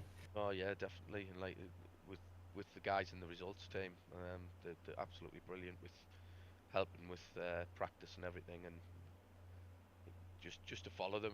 If like David Ayres, I let Dave. Basically, I'd been trying to get past Dave Campbell for a few laps, and Dave had caught the back of us, and I just said to him, right, take the inside, I'll follow you, and we'll see if we can both get him. And David got him after about a lap and a half, and I got stuck behind him again. It was like typical. Did you tell David Ayres that wasn't part of the deal? No. Leaving you behind. He's much quicker than me, so quite me holding him up as well. It'd have been nice if I'd have got the opportunity to follow him through, but unfortunately I didn't. Oh well, there's always Navarra, so we look forward to that now, and we look forward to watching you race there next week. Chris Dixon, everybody. Thanks. Yeah, well done, Chris. Cheers. Good night. Cool. Right, and then in her usual spot in our interview, good evening to Fiona Siddons. Good evening. Hey. To find you on the track. There we are. A new paint scheme with the little pink touches on the front and the aerofoils. Pink. Yeah, you like that? Pink. Don't know why you've got a number board, which is also next to your number board. I'll have to have a look at that later. Very odd. But yeah, a switch to the Civic for you. Yeah, it handles a lot better on corner exit for me than what the Elantra did. So it was a no-brainer once I'd give it a try. And Oh, well, yeah, clearly working okay. It's working okay, apart from a bit of bad luck tonight, I think. yeah, right, okay. In terms of, was that first race? I can't remember. No, yeah, first race. Did you ever come in together with somebody? I can't remember. I did, yeah. Yeah. I made a mistake and was it Dietmar I took out and sat on the grass and waited for him. So obviously we was miles back and I had a meatball. Mhm. Then Oh, meatball. race 2 into the first hairpin. I had a 0x contact with the car in front, and that gave me another meatball. Oh. Bloody hell. And You're collecting them tonight. Yeah. I don't think Snetterton likes me. Yeah, it's not been very kind to you this time. Then I didn't know about some of that. Sometimes you do get 0x's in these cars that gives you meatballs, but they have changed the damage model, haven't they? Was it for this one, or is it? No, this was already on the damage model, wasn't it? Yeah. This was just a tyre change for this one, this particular season. Okay, well, like I said to Chris, we'll dust ourselves off and brush ourselves down and face into Navarra, which is the prospect for next week. Have you done anything there at all? Yeah, we've done a few laps in the MX-5. I haven't had TCR around it yet, but no, that's good. At least I know which way the track points. There's the first challenge overcome. That's good. It's a quick lap, as I understand it, so it'll be a very different prospect to Snetterton. And hopefully you did enjoy Snetterton. I mean, we can dwell on the incidents and the the shunts and whatever else happens, but ultimately it's about enjoying your racing. So hopefully you got some enjoyment out of tonight. I definitely enjoyed it. I mean, rolled the dice in race 2 when I pitted the second time for the fuel stop. I changed front tyres at the same time, and I was catching Andy Littler at over a second a lap. Oh wow! Right, okay, that's massive. I think going forward, there's going to be some little bits of testing to change tyres at different tracks and gain places, I think. Okay, yeah, well, that's yeah. that'd be We've good. been saying, That'd be good. I think these tyres will be strategically important. I think people find ways of using them the way they use the pit stops and the clever use of saving fuel. I think people will be trying to cleverly save tyres as well now, and they will become a part of people's strategic armory, and we'll see that happening in times to come because people will use this stuff. A lot of them in result chat while we was racing was saying that the tyres had gone off. So when I pitted, I thought I'll try new fronts. Rears are doesn't matter about the rears; they just follow wherever the front goes. Yeah, pretty much. So I thought I'll put some new fronts on and just see what happens. Yeah, we used to do that in the old Gran Turismo days. We used to be loading tyres on the front and not on the back. Yeah. Yep, that's been done in a few So series. and that would make sense, wouldn't it? Especially if it saves you a bit of time. Does it save you the time as well? Well, it obviously changes time over swapping all four. I mean, it jacks the front up and then jacks the back up. Right, so there's time to be gained if you only have two. They're not going to go and jack the whole car up for it. So no. That's interesting. You see, this just gets deeper and deeper. This. Yeah, it's becoming a bit like a simulator, isn't it? But let's skip quickly over that subject and topic. Anybody you want to have a shout out to, Fee, before we let you go? Yeah, I want to give a shout out to the new guys. They all drove sensibly, they drove quickly, and fitted in as if they'd been here for seasons. Right. Yeah, that's very well said. You had someone on the chat tonight sharing your surname. Fred, is it? My brother. Ah, right, yeah. So your fan club it turned was out up. there shouting for UFE. That was great to see. Yeah, that's good, man. yeah. No, Good lovely. stuff. Always good to get family and friends in on the action and in on the support. So excellent stuff. I've asked you to thank everybody. I can't remember. Yes, because you thanked the new guys. Yeah, absolutely. Yeah. Well, hopefully your fortunes are a little bit better when we get to Navarra, and you can get back to the top of the AM charts like you were doing a couple of the races last season. Been very entertaining watching everything going on at all points in the field, and especially around where you were. So I thank you wholeheartedly for that, and we will see you next time at Navarra. Fiona Siddons, everybody. Yeah, see you next time. And before I go, I'll also shout out to Wobbly because I had his setup on. No, you're not allowed to thank Wobbly. You're not allowed. When are people going to learn? This is not the done thing. Oh, I'm gonna have to eject. I'm gonna have to eject you from the live booth now. Oh, I feel bad for doing it, but it's well done, Fee. Well done. Yeah. Good night, everybody. Good night, sweetie. Well, it just goes to show you, Pete. It's that's another person who's sharing setups. It's I think it's just it puts a very nice glaze on everything that you see about our league. Not every league are they kind with setups, and we don't see that kind of sharing and the kind of open-hearted leg up that these drivers will give to each other. I think it's fantastic, and I'm with Fee. I think the way the people showed up tonight and fitted in so well because they just tried to drive clean and as well as they could, and you do that around there and you'll go down well, that's for sure. Yeah, absolutely, very well said.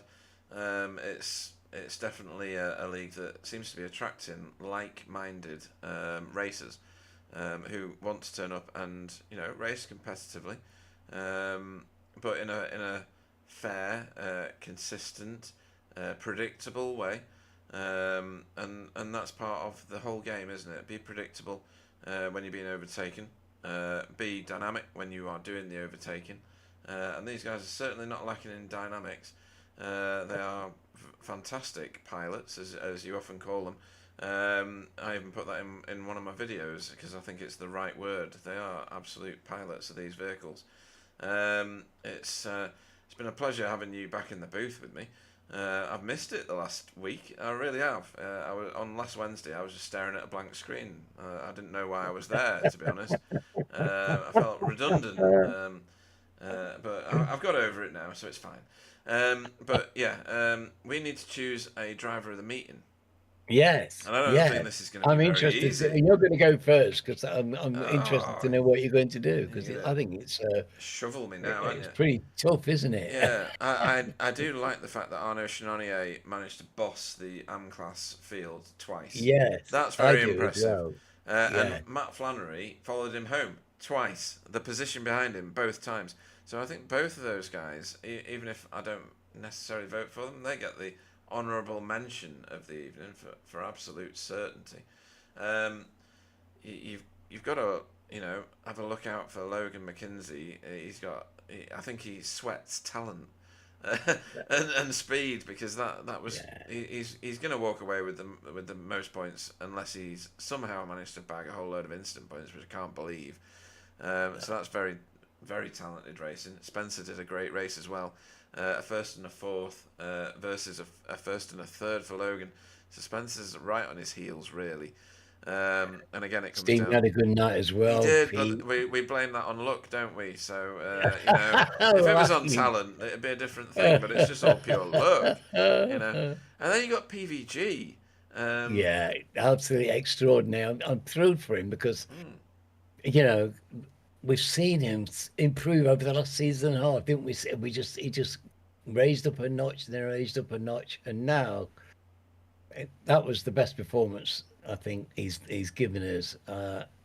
It really was holding his end up in the top 5, and it was the most competitive top 5 you can imagine, and he did a superb job. But I know he's my mate, and I think the world of him, but I was thrilled to see that. Yeah, and I think, though, what I'm going to do is I'm going to go off-piste. I'm not skiing, by the way, but I liked what Chris Smith did. The amount of times in the first race in particular we said Chris Smith's gaining on these guys, and he's gaining on people that have got like 6k I ratings and their previous champions and stuff like that. And he's driving the Audi, the house brick with wheels attached to it. Yes, he did such a good I job think with those it. got superb paint. That isn't going to make It's it lovely, go isn't it? It's faster. brilliant. Yeah, go faster paint. And even in the second race, he finished 8th place in the first one, and he's finished 14th in the second. I think he got roughed up in it. I'm gonna go really off piste here and hand him my driver of the meeting because he handled that very difficult to drive Audi in a very spectacular manner. He was in the thick of it all the way through, and in the first race, he very much impressed me by tailing those pro guys and winning the Pro-Am class in that particular race. Didn't do it in the second race, I get that, but I liked the cut of his jib. So that's where my vote is going. I like he's got a very nice jib. I can see it there. It's a spectacularly nice well jib. cut as well. Right, so where's your vote going on? Well, I think you very nicely left Arnaud for me because I was thrilled for him that he won the first one, and when he clocked up the second, I was delighted for him and delighted for him and his team. And Arnaud's getting it from me. I think that's great too. It's so competitive down there. We see all this incredible competition in the top 10, but the middle is fiercely intense. But also, since the new league and the new drives coming in, we've got intensity right down to the tail end, and people are enjoying their racing down there. And it takes some doing to win that AM thing twice. There's some very capable drivers who want it for themselves, and well done to Arnaud. And I liked what you said earlier about the way he's matured as a driver and the way he's come on, because he really is. He's a different guy these days, and classy, very classy, and great to see him on the track with us. Well done tonight, mate. And we've got a few drivers in lots of series that have matured and developed in that way. And I think even in the V8s, Nikolai Bogotyrev at one time couldn't buy himself a clean race, but then by the time he'd done a couple of seasons, maybe 3 seasons, he was reliable, on the money. He was finishing races with no incidents at all, and finishing high up in them as well. And I think that's going to be the fate of Arnaud Chenonnier. I think there's only improvements to come from that boy, and I think he's doing a fantastic job. So I think your vote there is extraordinarily well placed. On that note, we will look forward to Navarra in our second race week, rounds 3 and 4 for next week. This time for BSTV's TCR Challenge, season 17. For those lovely wooden trophies that you saw earlier. Hopefully you tuned in for that. Very nice pieces of beach, I believe. Well, I don't know what they're made of, but I hear they burn very well. I'm not going to test the theory, not just yet anyway, that's for the winners to do. But we're going to look forward with bated breath to what happens in this series at Navarra. I'd like to thank everybody who watched, and there was lots of them tonight. I'd like to thank Clyde for dropping in again as a new starter to broadcasting. Hopefully he's learned the ropes from me and Alan. He's been away from it for so long. Obviously thanks to Alan. I mean, it's absolutely fantastic having you back in the booth with me. It's one of my favourite places to be, sat in here with you, chatting away and talking nonsense some of the time, and definitely not talking sense from my side of it anyway. And of course, to all the racers, all 35 of them, there's 41 signed up. We limit the league to 50. Obviously, we'll go a bit beyond that for the people that don't race every week and things like that. But yeah, it's showing that BSTV's leagues are nice and healthy at the minute. Even the V8 one's well subscribed at the moment, but we can continue to build on that in the next week and a bit till we launch that series on the 22nd. One plug for this coming Friday, in 2 days' time, the 14th. I will be broadcasting the Strength of Field race. I don't know whether anybody's in the booth with me for V8s. It's at 8:15 UK time, GMT +1, and we will be plugging the V8 series for V8 ESC and SimAbility's sponsorship of it that evening. So join us and watch, or join us and race. Either way is good for us. We will see how many Uber drivers turn up for it, and hopefully attract some more people to the V8 ESC series. It's in its 15th season. It's in its 7th year. It's a very well established and high pedigree league in the Euro time slot. The only one that's decent in the Euro time slot. There's shameless plugging if ever I've heard it. Don't forget to join. Yes, but I mean, it deserves it because it's a Yeah. fantastic league, and you're right, it's quality. It is. And it's been like that for quite a long time, which is good. Don't forget to subscribe and watch Jay Corley's stream again. More shameless plugging. And I will say thank you to everyone again, and see you next week. I'll hand you over to Alan. I'm going to do some plugless shaming. Excellent stuff. Well, what can I say about tonight? Wasn't that just awesome? It's just been, yeah, I think we've said everything we can about it, really. Lots of new drivers, but all fitting in like a hand in a glove. And I don't know if they knew that this was the kind of people that they're driving with, or they just automatically brilliant and get the vibe. But everybody was very welcome. Everybody made this a really special evening, a great way to kick off the season. I'm absolutely filled up with it. It was wonderful, and I look forward to next week and more of this. Bring it on.